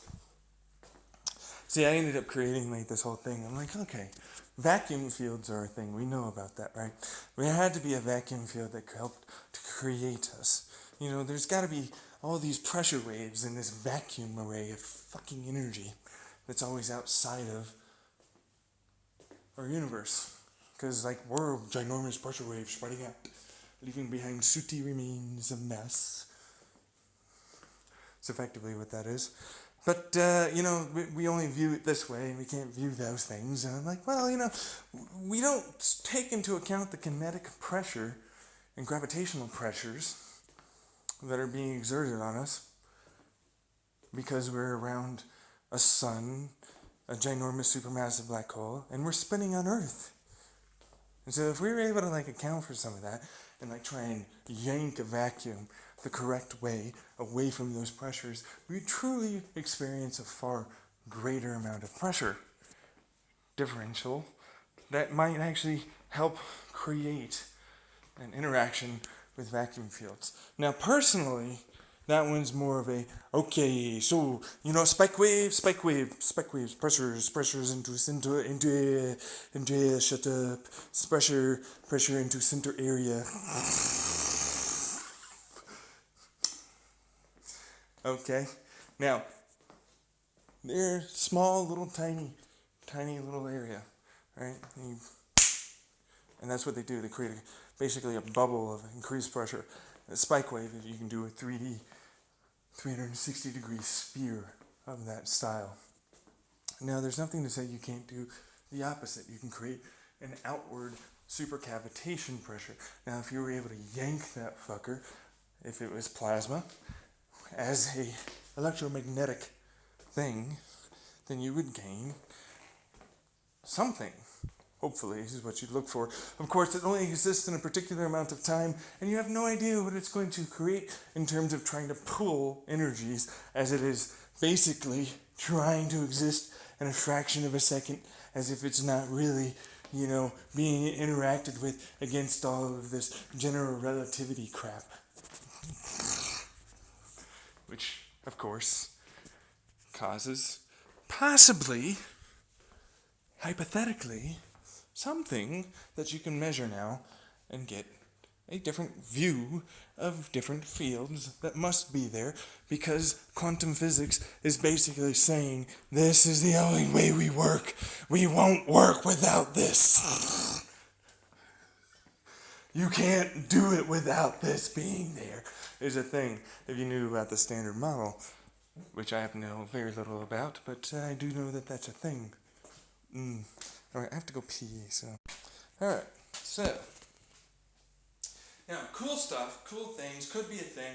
Anyways, for me, I was more about smashing particles in a plasma that's very cold plasma, very dense, very compressed plasma that manages to capture quarks and other things that manage to be built up into something using electromagnetic tweezers to basically create a little section off corner, like a bag, and then, kind of force them together.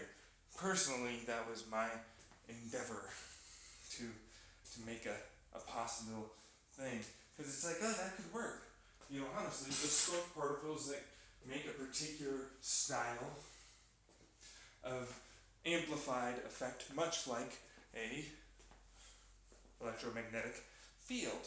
And in fact, we could maybe even build stronger magnets. And that might be a reason why neutron stars happen to have an incredibly fascinating electromagnetic field problem that might be actually the solution as to why they don't turn into a black hole, because there might be a pressurized field strength array effectively keeping them in a lattice sort of held in superposition power thing, It's like I don't forget what the words are, but like superconducting magnets, whatever.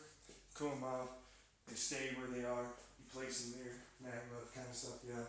But it's like, why isn't that a possibility with the immense pressures and gravity that we're seeing in the extremely hard amounts, or high amounts, not hard enough, of magnetic interferences that are here, and the densities they're in these structures, whatever. Point is, though, there's one issue that I'm not really telling you about. Okay, so first off, the rocket is a combined in one rocket, where it has the engine actually behind the 4 other engines, actually 5, sorry, that are fusing together. Now, the reason I'm doing this is pure and simple. It's called, I need to save weight, and I need that to basically be like a way for me to keep this engine forcing enough thrust at a, speed that makes sense. Of course, solid rocket boosters, blah, blah, blah, all those things that are a thing, unless you want to use wings! Woo! I've got big wings and a big old tank, look at me. Put scoops on the front and I flew through fucking Jupiter or whatever, and I got hydrogen, so what do you know? I'm able to do this. But I'm gonna move on, because it's a heavy motherfucking beast. If we're not gonna make it out of 3D printed nanostructure parts that drastically reduce the size and complexity into one whole ginormous piece. Which is kind of we haven't done that yet before, truthfully. Although Elon Musk is kind of like, no, I do 3D print my engines, what are you saying? I don't do that. And I'm like, no, you do, Elon. You do. You do. But This is different. We're cooler than you. We are. We are, because this would be better. It'd be better. And it'd be able to utilize far greater amounts of techniques to be able to make it work. You see, nano sizes, and especially if you're able to get multiple printers working on the same piece, means I can put this in a vacuum room that's as clean as possible, that allows for different amounts of pressures of different gases or liquids to be included within the spaces in between automatically. So I don't need fill ports quite as much. I'm able to use this to an incredibly high degree of strength and accuracy if we build it right. And it can drastically reduce not only overhead cost, but overall weight as well. I'm now more confined to the fact that I only have this much liquid hydrogen. Deuterium and tritium is annoying. Is there a way to make an easier fusion fuel? There's gotta be an easier fusion fuel. Tritium and deuterium suck. They're like kind of annoying, but like, you know. And then I was like, oh yes, right. Why is it we don't just put hydrogen into like fucking, the nuclear fissile material, reactors? That's spitting out radiation and neutrons pretty consistently. There's a way to make a neutron reactor that many people don't really like to talk about because it's so dangerous. And I'm like, well, it's really cold. It's liquid hydrogen. And it's super pressurized. And it's really dense. So it could probably help. But, genuinely speaking, you could do that. And then I could manufacture my own tritium and deuterium without having to filter it off from heavy water. I'm so heavy. I am the heaviest isotope of water because I'm heavy water. Look at me. I am the heavy water machine.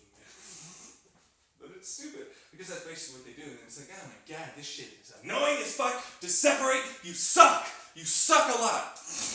You're a terrible fuel source. I hate you. I do. I hate the fucking shit. It's like garbage. It's like, oh, we got these filters. I'm like, yeah, no. And they're highly energy intensive, and I don't want to do that. I want to be able to fly my fucking spaceship off in space, doing whatever the fuck I want, without having to really worry too much about the amount of goddamn hydrogen that's the right kind of hydrogen, doing my own thing. So I was like, yeah, right, there's a way to do this. There's a way to do this. Yeah, there's gotta be a way. I only need neutron injectors, turns out. You see, neutron injectors are a novel, new, fancy thing.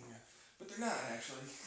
Relatively speaking, in the world of science, technically, they are a little fancy. They're a little fancy. They're a little new. They came around the 70s or something like that, 60s, something like that. I don't really remember. But the point for me is like, no, I'm not talking about neutrinos. Neutrinos are fancy too. They could technically be used, but I'm more talking about neutrons, actual neutrons. You see, you can make neutron injectors. And I have particle accelerators. Neutrons can definitely get affected by some form of something. Like they have to be if they're interacting with us and creating light in a big old tank of xenon. Pretty fucking sure that they can be fucked around with electromagnetics or field arrays, laser grid electromagnetic field arrays, plasma something or others. Something can be done to make that go there real hard fast. Only there. Fire. Go boom, boom, boom into the thingies. Lots of you all at once constantly. And it's like, oh, right, so a neutron death laser. Pretty much, yeah, pretty much. But a small version. Which makes sense, because it's like, wait. That would mean I don't need to have your stupid tritium or any of this, and I only need to, replace whatever makes the neutrons. And that works. That works perfectly fine.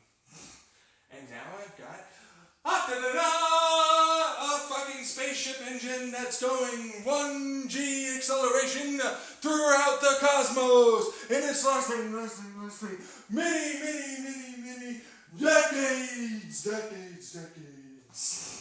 have to fucking throw it out. Because then I was like, wait, shut the fuck up before you say something that's going to embarrass you after I say this with your objections.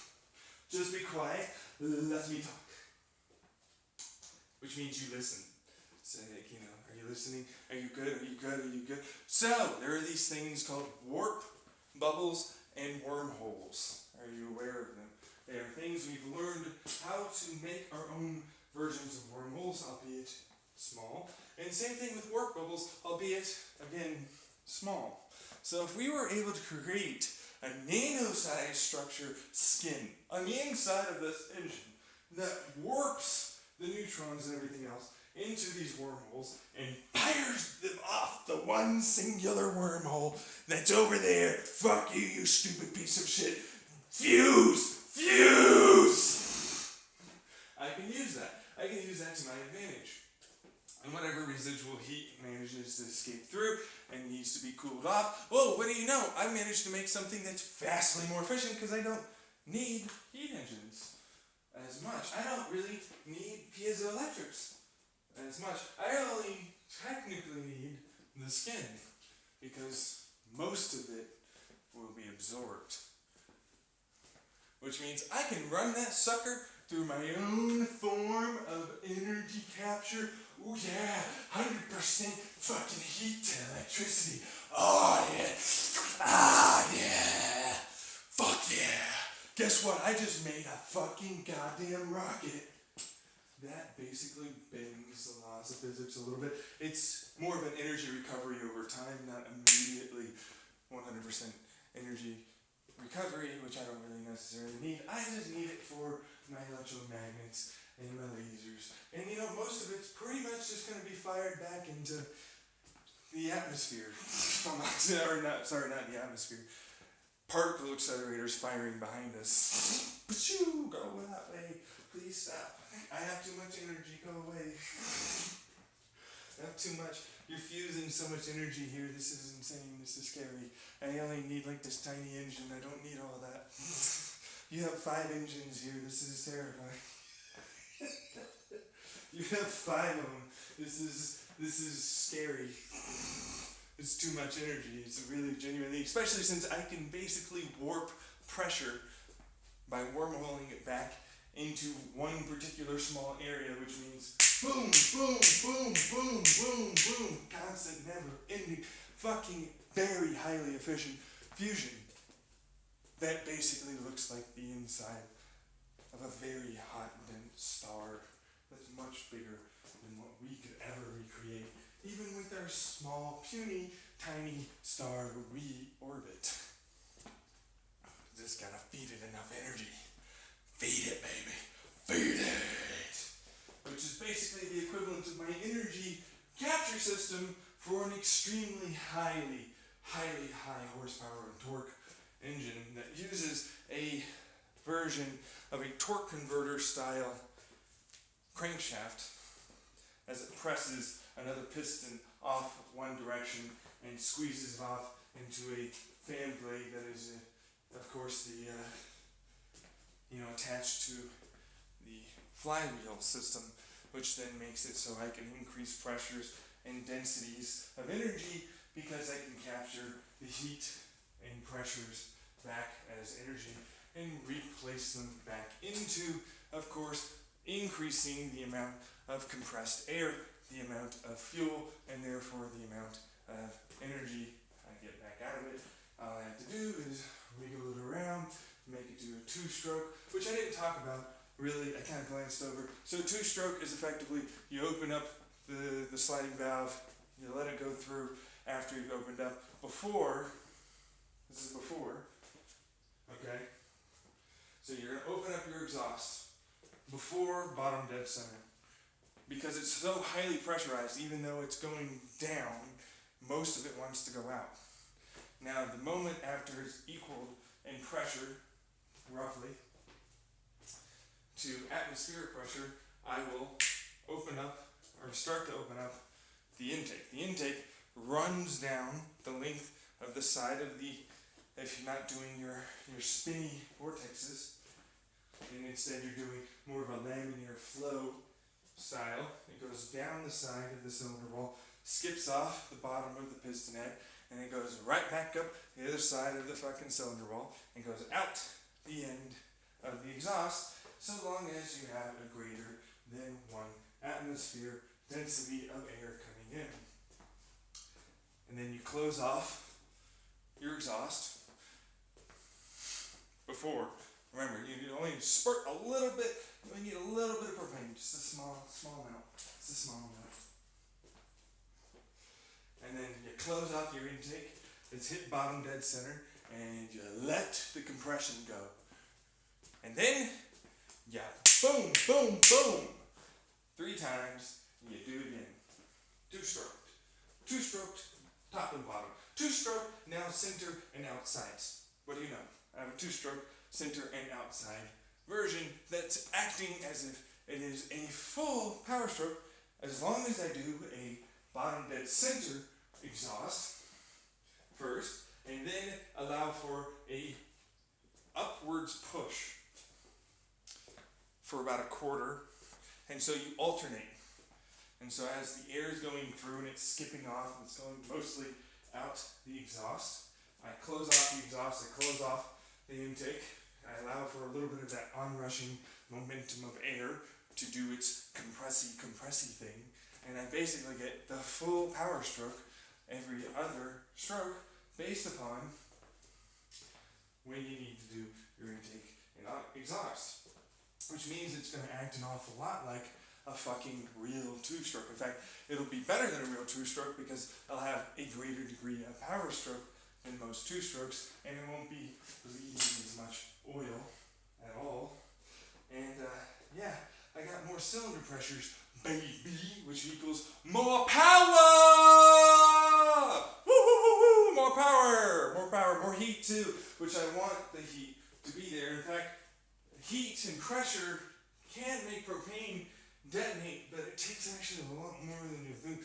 In fact, depending on the gases, it can be extremely difficult to cause them with pressure and heat to combustion ignite. That's one of the benefits of this system.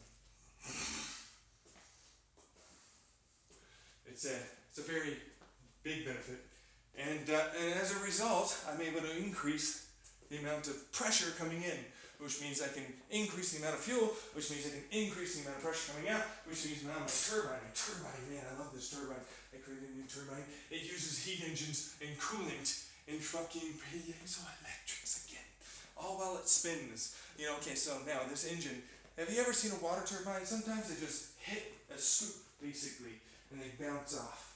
Right, so if I'm able to do that, have you ever seen a Tesla turbine? So it goes on the outside and it tries to head towards the center, and then it exhausts at the center.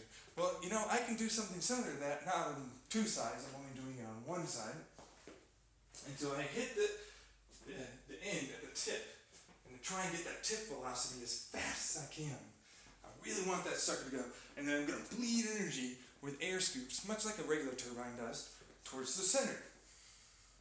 The difference is, of course, the shape going to be more efficient.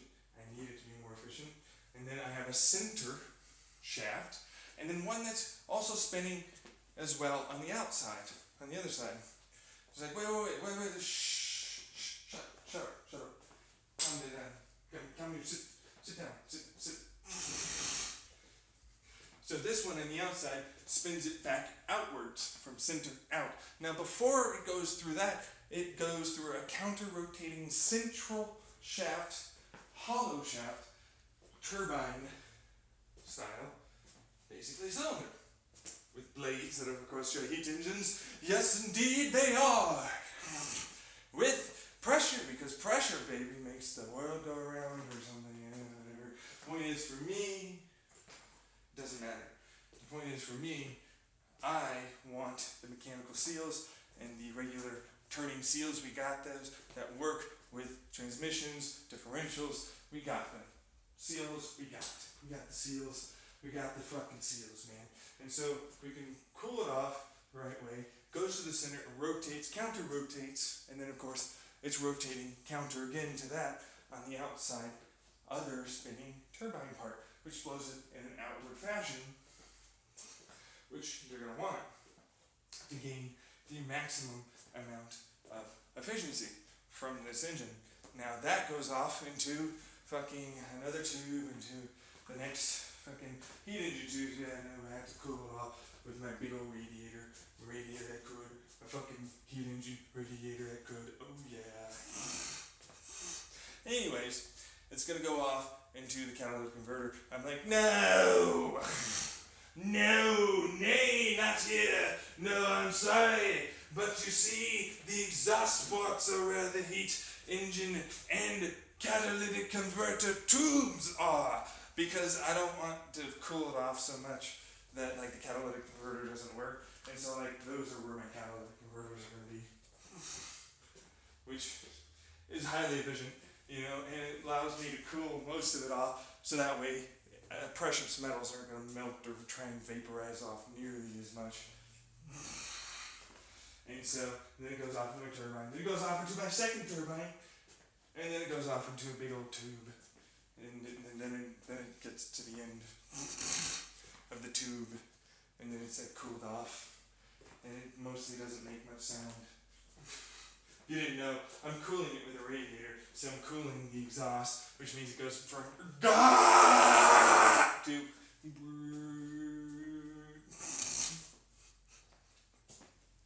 it's quite less in volume,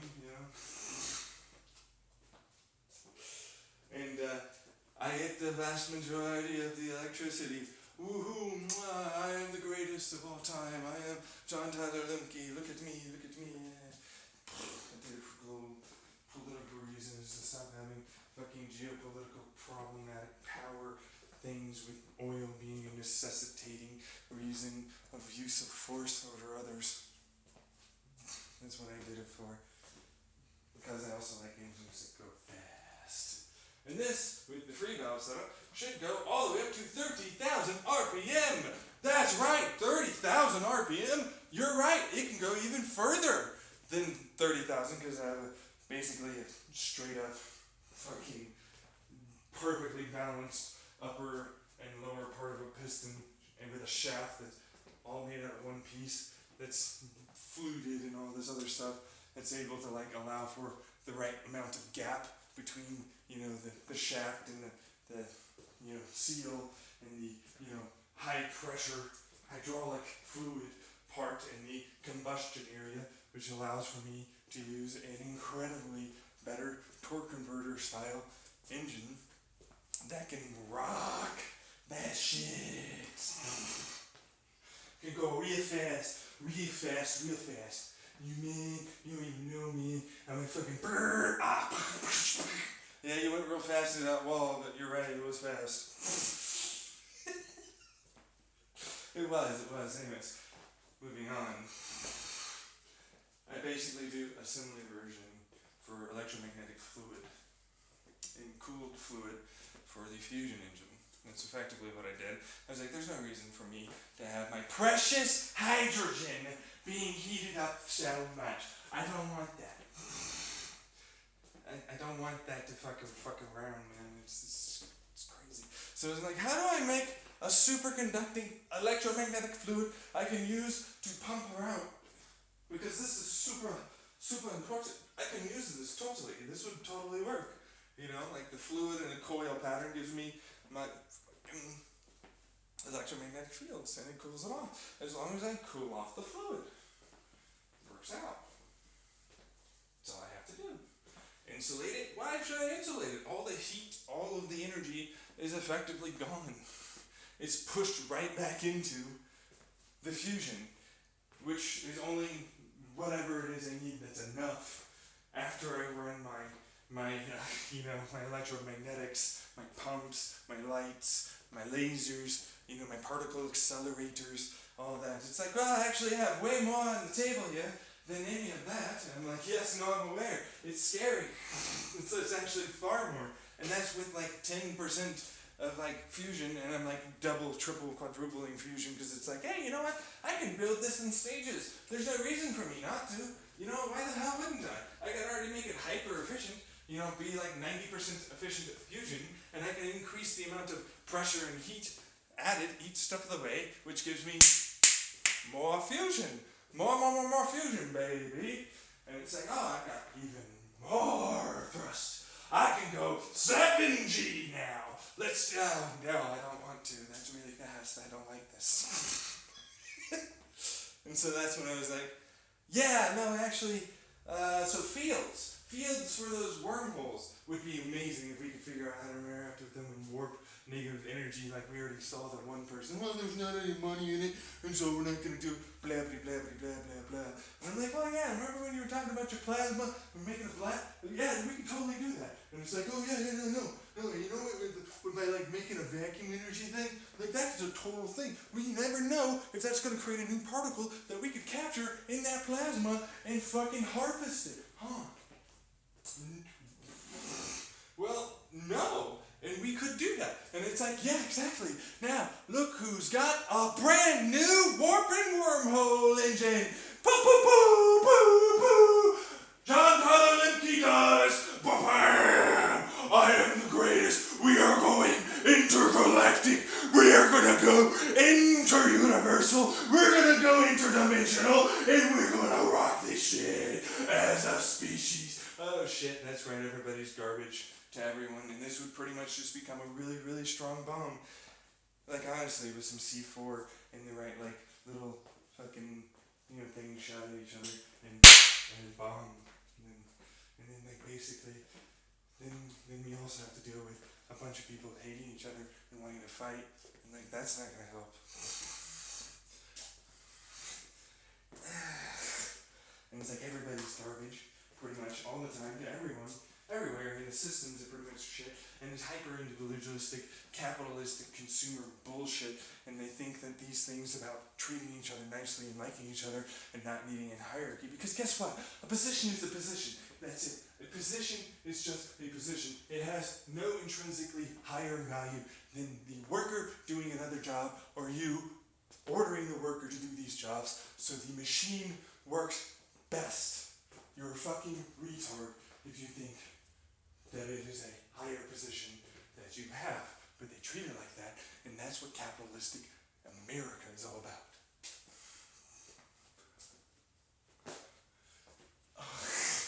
So it's like, what do you know?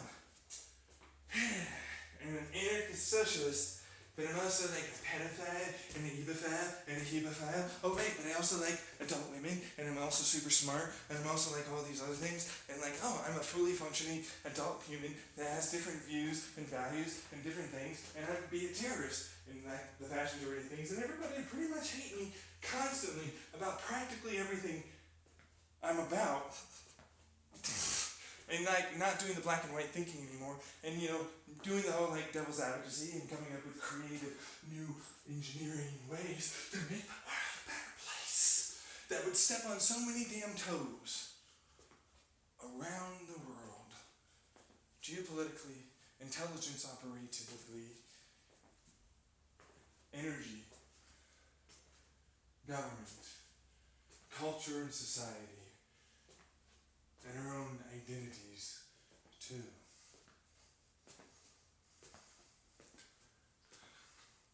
I just did it. I did it. Boom! I'm the fucking greatest. Yeah, but also everything's dead. You've managed to make it so everyone can die. Great, along with you too. Fucking nice. Supreme as fuck.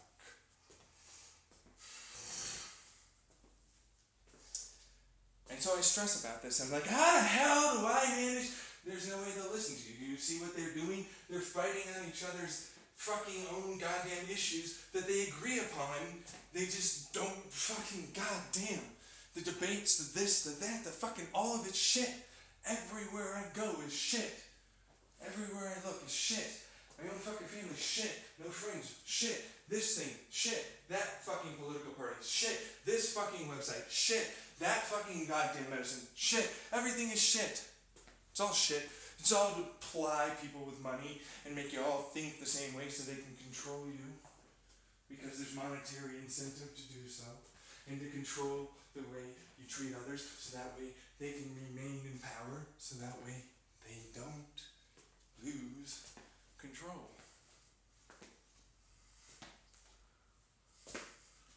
and I'm the fucking crazy paranoid schizophrenic. Ooh, I told them about this and I'm a paranoid schizophrenic. But we've been knowing for a long ass time about how much they do this with your advertising, with your social media, with your fucking regular news media, what's going to be plastered on your goddamn feeds, what's not, and who curates it, and the algorithms that are controlled by rich people who have an incentive to continue a status quo and only look like they're doing enough to change anything.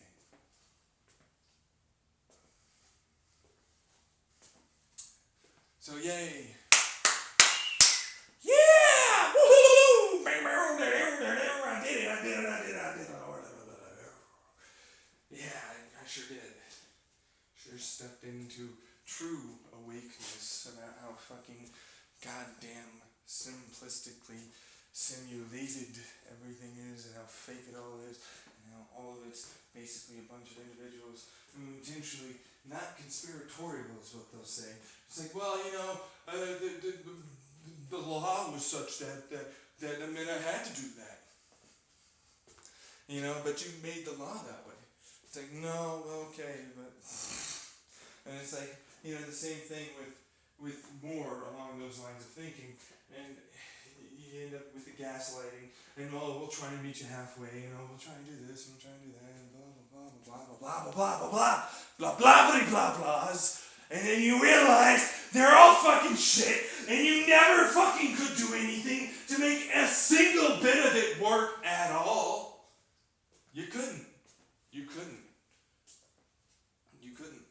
actually make it work.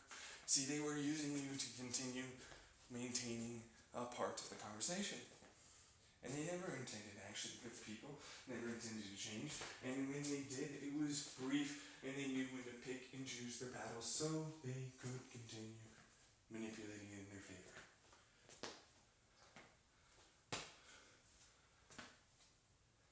Which is a continuation of the, great, you did it, yay, but it doesn't matter. It was never going to work and never going to happen, and now do you realize why I'm depressed and anxious and suicidal and stressed and all of this other stuff, when I realized just how fucking shit really it all actually is.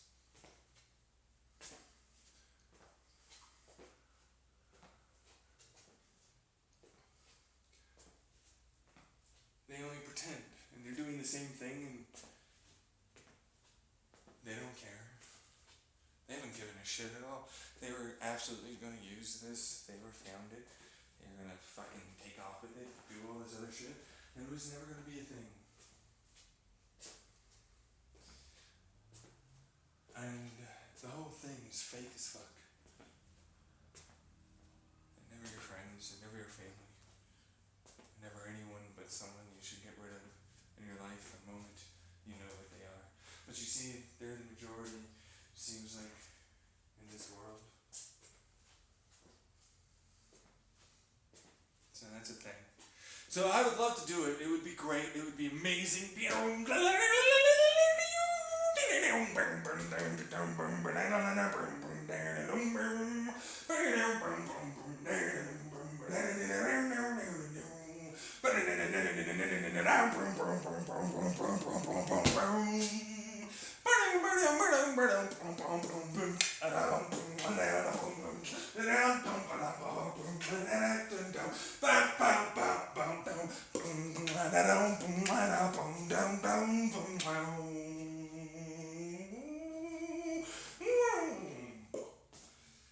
But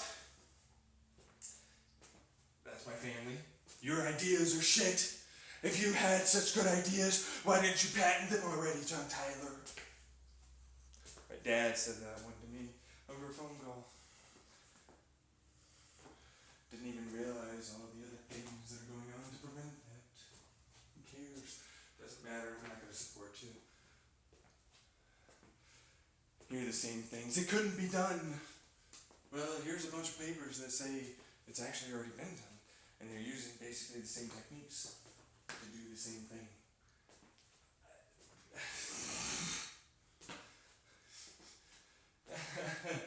Shut up. And I'm like, yeah, exactly. Shut up. Sit down. You fucking little retard. I don't give a fuck about you. You're just a mean asshole. You're hindered. You're hindered by your personality.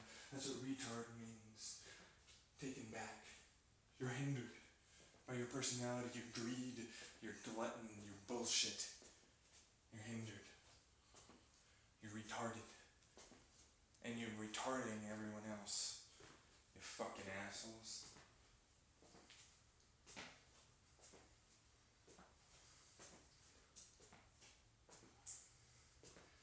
So you don't care. I don't either about you.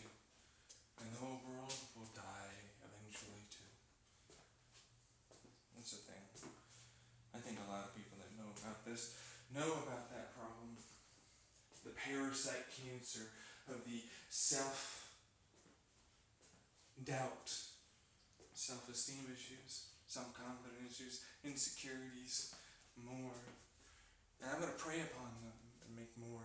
And I'm going to seem like I have them because you couldn't possibly see inside my head. And I'm going to make it seem like I'm good. And our whole of your life, it's all your fault. Everything fell apart because it's you that did it. Nothing. I did.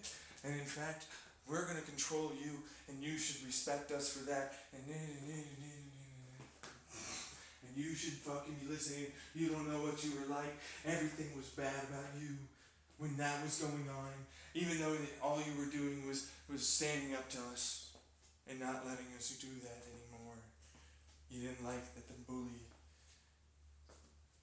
started getting bullied back.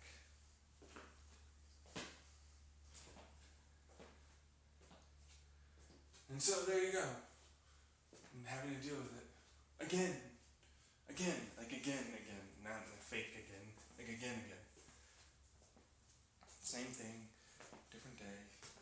And it's everywhere. Rampant throughout all of the different little jobs and more you can do. And it's a never-ending trigger fest. Constantly. Every day. All the time. And they wonder why I can't function. You know, I have to go to these appointments. I do. I have to go to these appointments in a fucking town I can't get to go tell them I'm hearing voices and I'm seeing things when I don't really see things. I do hear maybe sometimes voices. I seem relatively okay, but it's like, you know, actually though, there are times I hear you guys, your voices constantly, ding, ding, ding, ding, ding, these arguments all the time, the same bullshit I know, triggering me, my PTSD every single day, but that's not enough. You have to be bipolar, you have to have instability some other way, because that's the only way you're actually mentally disabled. Not disabled by the society, not disabled by the whole fucking system. You're not disabled that way. No, you're disabled by these things, which are definitely just as out of your control as the rest of it. As the rest of it all. But that's what that is. That's what that is, you know. Like, and it's like, oh, how do I? And I'm telling them the truth. Like, I hear voices, which isn't really totally a total truth, but then it isn't really totally not a truth. It's gray, you know. But it's like voices, or is that just someone else thinking? You know, I've posited other things before about how, you know, you might sync up and have the same thoughts as someone else, and I've had it happen to me over and over and over and over and over and over and over and over and over and over and over and over and over again, so many fucking times. You have no idea. No fucking idea how many times I've had exactly the same. So you have no idea, you know, but like, is it? Or isn't it? It could be, but maybe it's not. You don't know. And they don't know. See, the doctors lie to us about knowing exactly what is going on in our brains that makes anything happen. We don't even know if we can have a synchronicity happen between our neurons that causes a similar electronic firing causing a thought, as if it were quantum entanglement. You know how often they fire off, how similar the processors within, and how consistently, statistically viable that has to be. I don't know. It's a thing that's possible.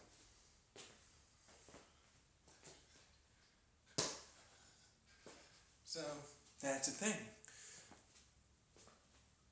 You know, am I hearing voices? Am I dull? Am I dim? Am I? No, I don't think I am. You know, I'm quite bright. I'm quite smart. I'm quite intelligent. And I seem to poke holes in a lot of their stupid shit! Because there was incentive for them to continue along with the same dumb line of thinking over and over and over again. Is that paranoia? No, it seems to be more like waking up to the truth, is what it feels like, more than anything. That's the problem. You know, when you realize how many of those things are there, are they mistakes, or was it something that I wanted fame and power and money to continue, not just my research, but everybody to like me, because I came up with this new thing that says, I'm the good one, you'll listen to me now, because of the continuation of the problems in society and culture with those insecurity, invalidation, and more problems I talked about that most families and friends seem to have.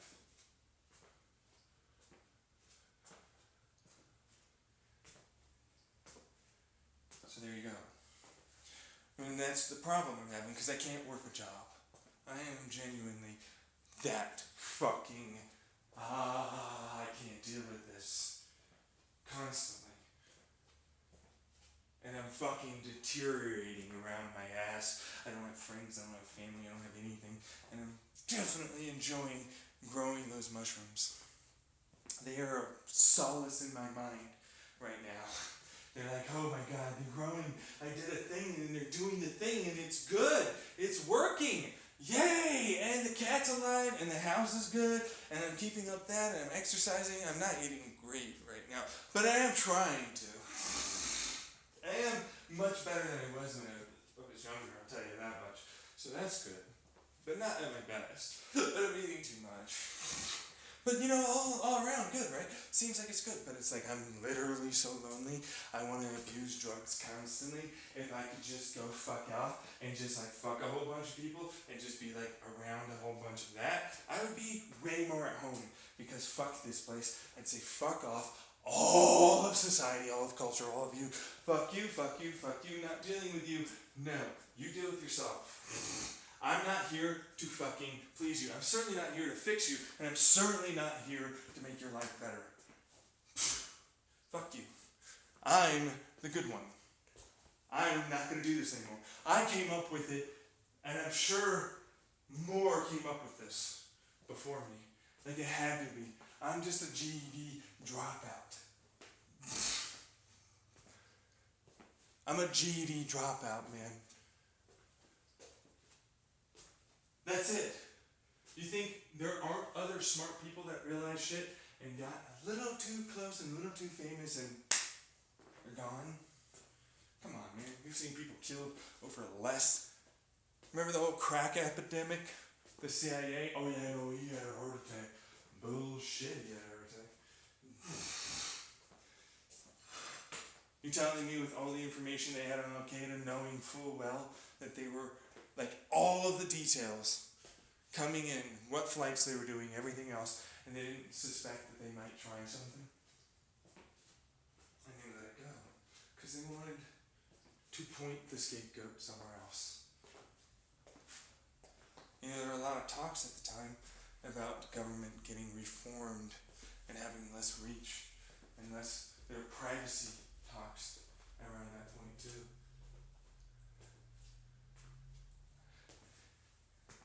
And nobody talks about that. Not really. And I'm unstable. When I know enough about this, it makes all of this basically a shit show theatric play bullshit with a bunch of people that have enough money and power to run it. I'm paranoid schizophrenic. When I give you logical, reasonable fucking things that can make this happen, that you're intentionally avoiding.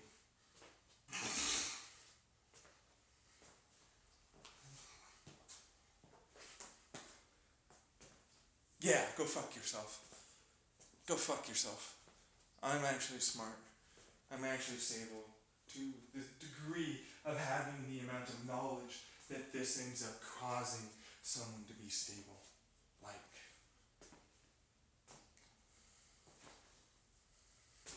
And there's more, I'm sure. There's far more. Oh, absolutely. I do have more there. But it's like, that alone should be enough to open up the rabbit hole for you to go down if you wanted to and see just how fake it all is. If you weren't one of these other things already.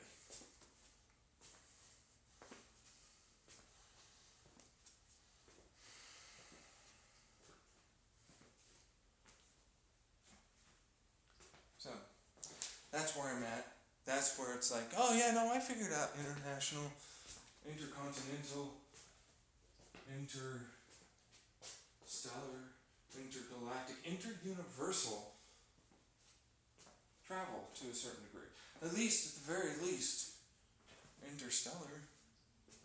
We don't know if those other things are going to create certain things, but then I feel an awful lot like they will, and that there's enough there that can be done to look into it. But the current Large Hadron Collider area is, I've spent all this money. We are an international group of friends to look at smashing things, smashy smash style, to make particles go brrr. And a whole bunch of smart people were like, yes, I am also very important. Yes, I am looking at the data. As we smash the particles, go smashy smashy brrr. And it's like, yeah, but like why? Just because they did that in the 50s, you keep ramping it up? It doesn't seem like it'll work very well. It seems like you need a bit of an innovation, a change, a difference to start the process anew.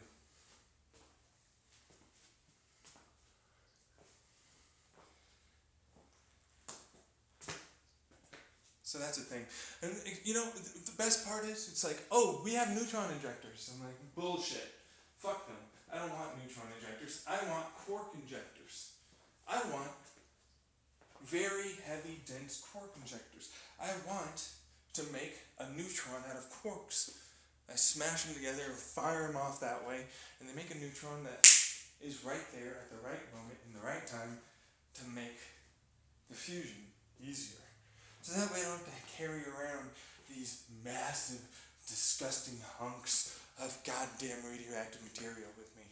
I just need neutron injectors that are technically not neutron injectors. They're quark injectors. And now I've done the more impossible.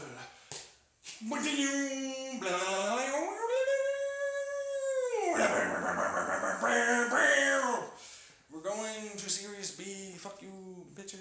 I'm John Tyler. Bye.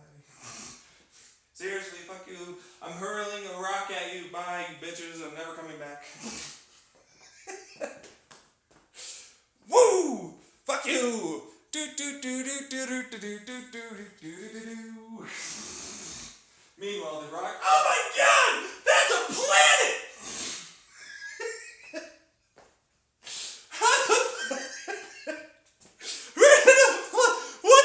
What the fuck?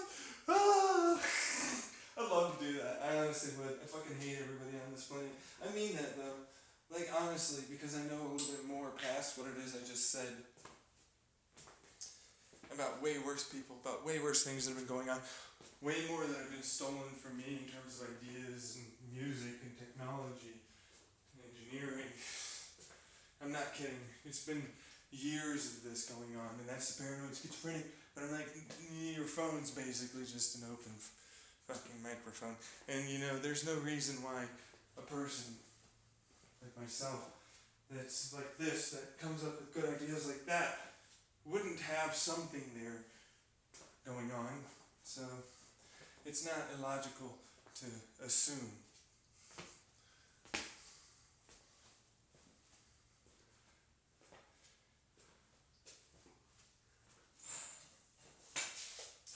And then I was like, but wormholes, that's basically like warping space and time.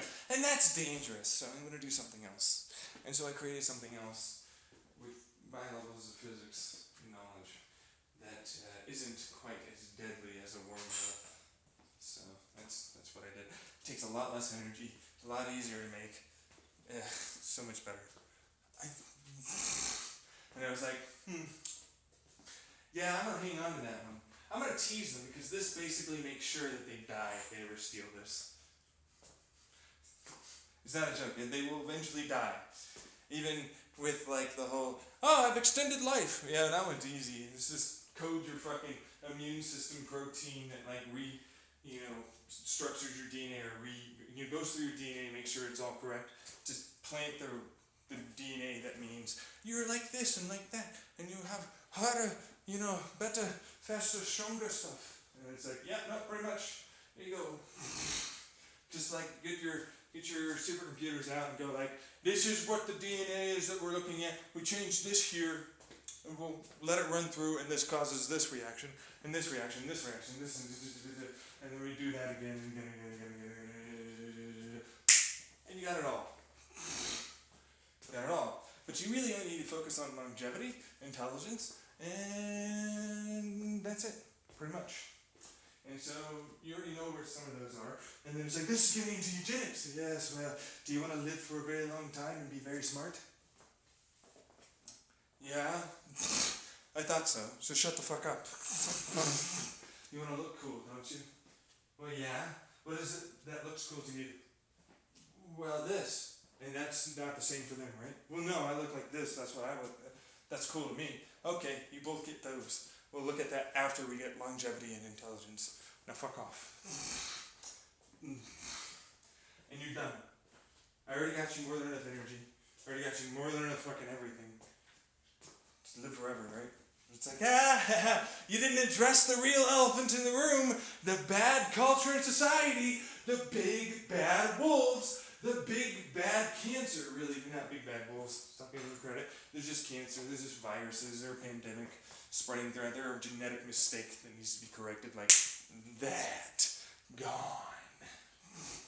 Get rid of the jealousy. Get rid of the envy. Get rid of the anger. Get rid of the fucking insecurities. Get rid of all that. And you can do it with the help of changing and communicating in society, but also genetic changes. What do you know? Now nobody wants to fucking do that shit, and there's no need for thinking about anyone as a psychopath, narcissist, or sociopath. Woo! It's solved. Now I've really done it. Now you really don't have corporations. Now you really don't have any of this shit. People just work well together. And now you're not going to die. Eventually.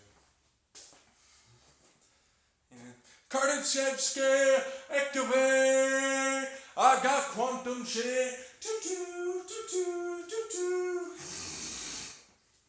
I'm going through multi-dimensional, interdimensional things. And it's like, wait.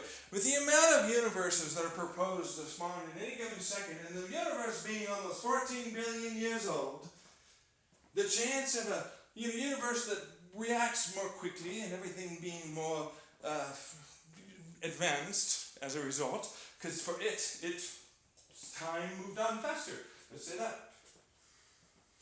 Now we have an interdimensional, interuniversal fucking alien race that is able to basically exist as if they don't exist around you, like the spirits, woo, or they're able to fit in between the insides of little tiny atoms and see us as if we are simply but a camera, looking at us. It's totally possible. You don't fucking have the ability to really view it, I'll tell you that much, with the current techniques. Because why would they go into your large hadron collider or your magnetic field or anything that disrupts them? And like when you really think about that, why the hell would they allow for any disruption? They could pretty much slow down time. They could do anything. They're at fucking way higher tech scales than you.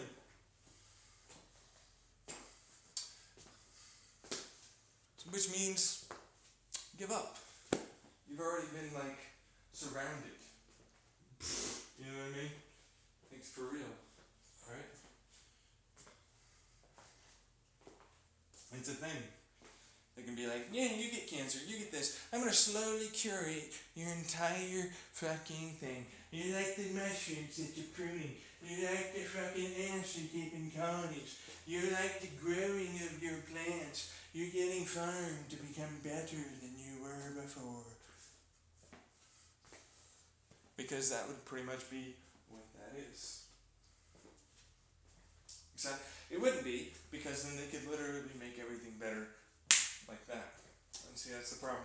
There's always a, oh, I am! But it's like, you're not. And it's like, oh, but you're everyone. It's just like, that's not how that works either. That's just collective consciousness, and even then, not everybody's connected to it. Kierkegaard's A thing. Your average experience. I'm like, yeah, no, there's no way you would ever grow anybody that's supposed to be a god like that. Like, oh, I'm the one that hurt myself that bad? Oh my god, I'm the worst! And all the collective pain and all the memories they're in and everything else. Yeah, no, sorry. They're not gonna do that.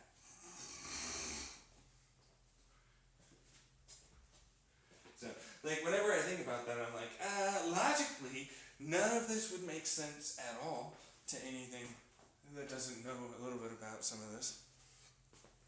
That's a little smarter than the average bear. That sees a little further than they could do this. And I'm like, yeah, well, that's kind of stupid to do, though. So I don't think they would. You know? So, if anything, they'd be like, well, someone's got to know. There got to be a version of I'm gonna tempt you with like saying that there's a heaven and there's a hell, and I talk to you with voices in your head because I could influence you pretty easily doing that. Yeah. So there's no reason why they couldn't. I mean, come on, what's to stop them? What's to stop them from making you hallucinate? What's to stop them from giving you cancer? What's to stop them from causing a miracle?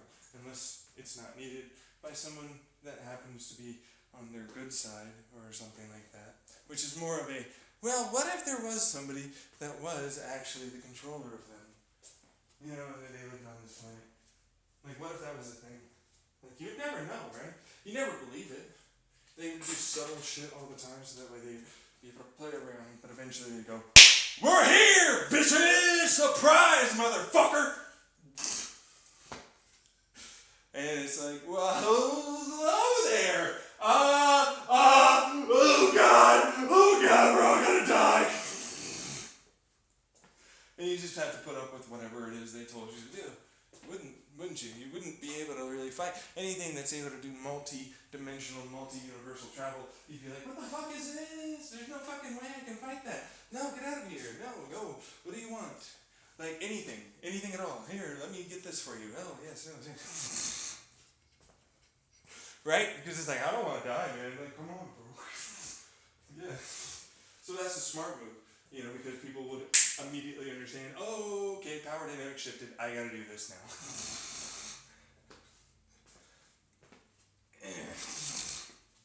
Which then eventually turns into like, well, what is it that we're doing here? What are we doing?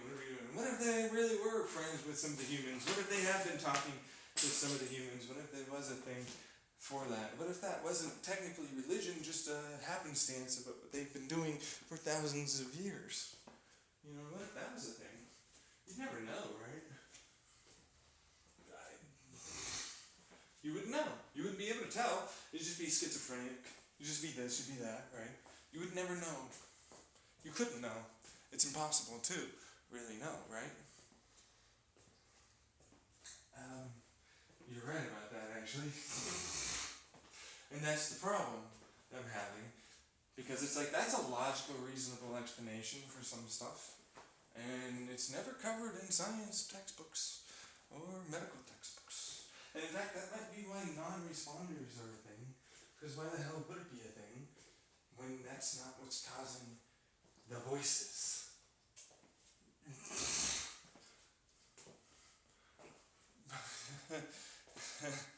You know what I'm saying? But then it's like, that's magical thinking. And it's not magical thinking. That's scientific thinking. That fits within the parameters of our current best understandings of the world around us. Just because you don't know them doesn't mean that I don't.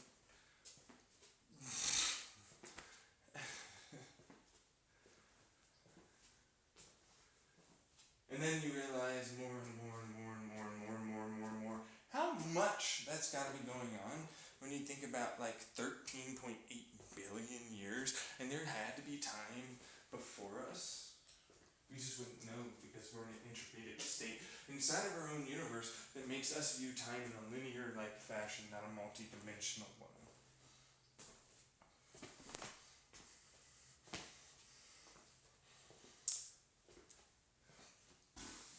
So it's like, how fake is this place?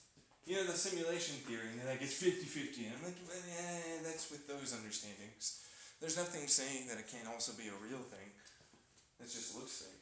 You know, you know, understanding all the things about a particular person, what they would say, what they would do, everything, and they write it out, they program it, and you get a meat robot that does exactly that, and you'd never know. It's like, how would you know? You wouldn't, would you? You couldn't, could you? That's not bananas. So you see, that's just something beyond your current capabilities as a human race. I just posited something that you agreed could be real. And within that agreeable could be real is this possibility that is not even the end of those possibilities.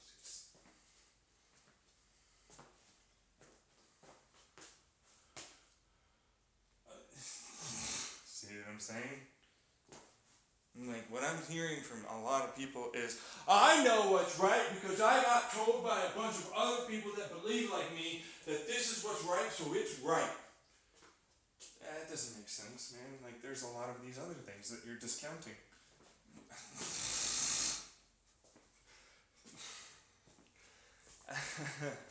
Which then led me to, of course, understand a little bit more. Which is one of the reasons why I'm like, there's more to this story that's more than just some people listening in. There's more than just synchronicities of the brain. There's more here that can be there. And you're helpless, just like the rest of us, for anything that doesn't have some ability to affect it somehow. No matter how fucking high up that food chain you go on this tiny, tiny, tiny, insignificant earth.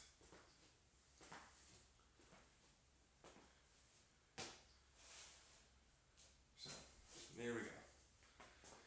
The end! Bye-bye.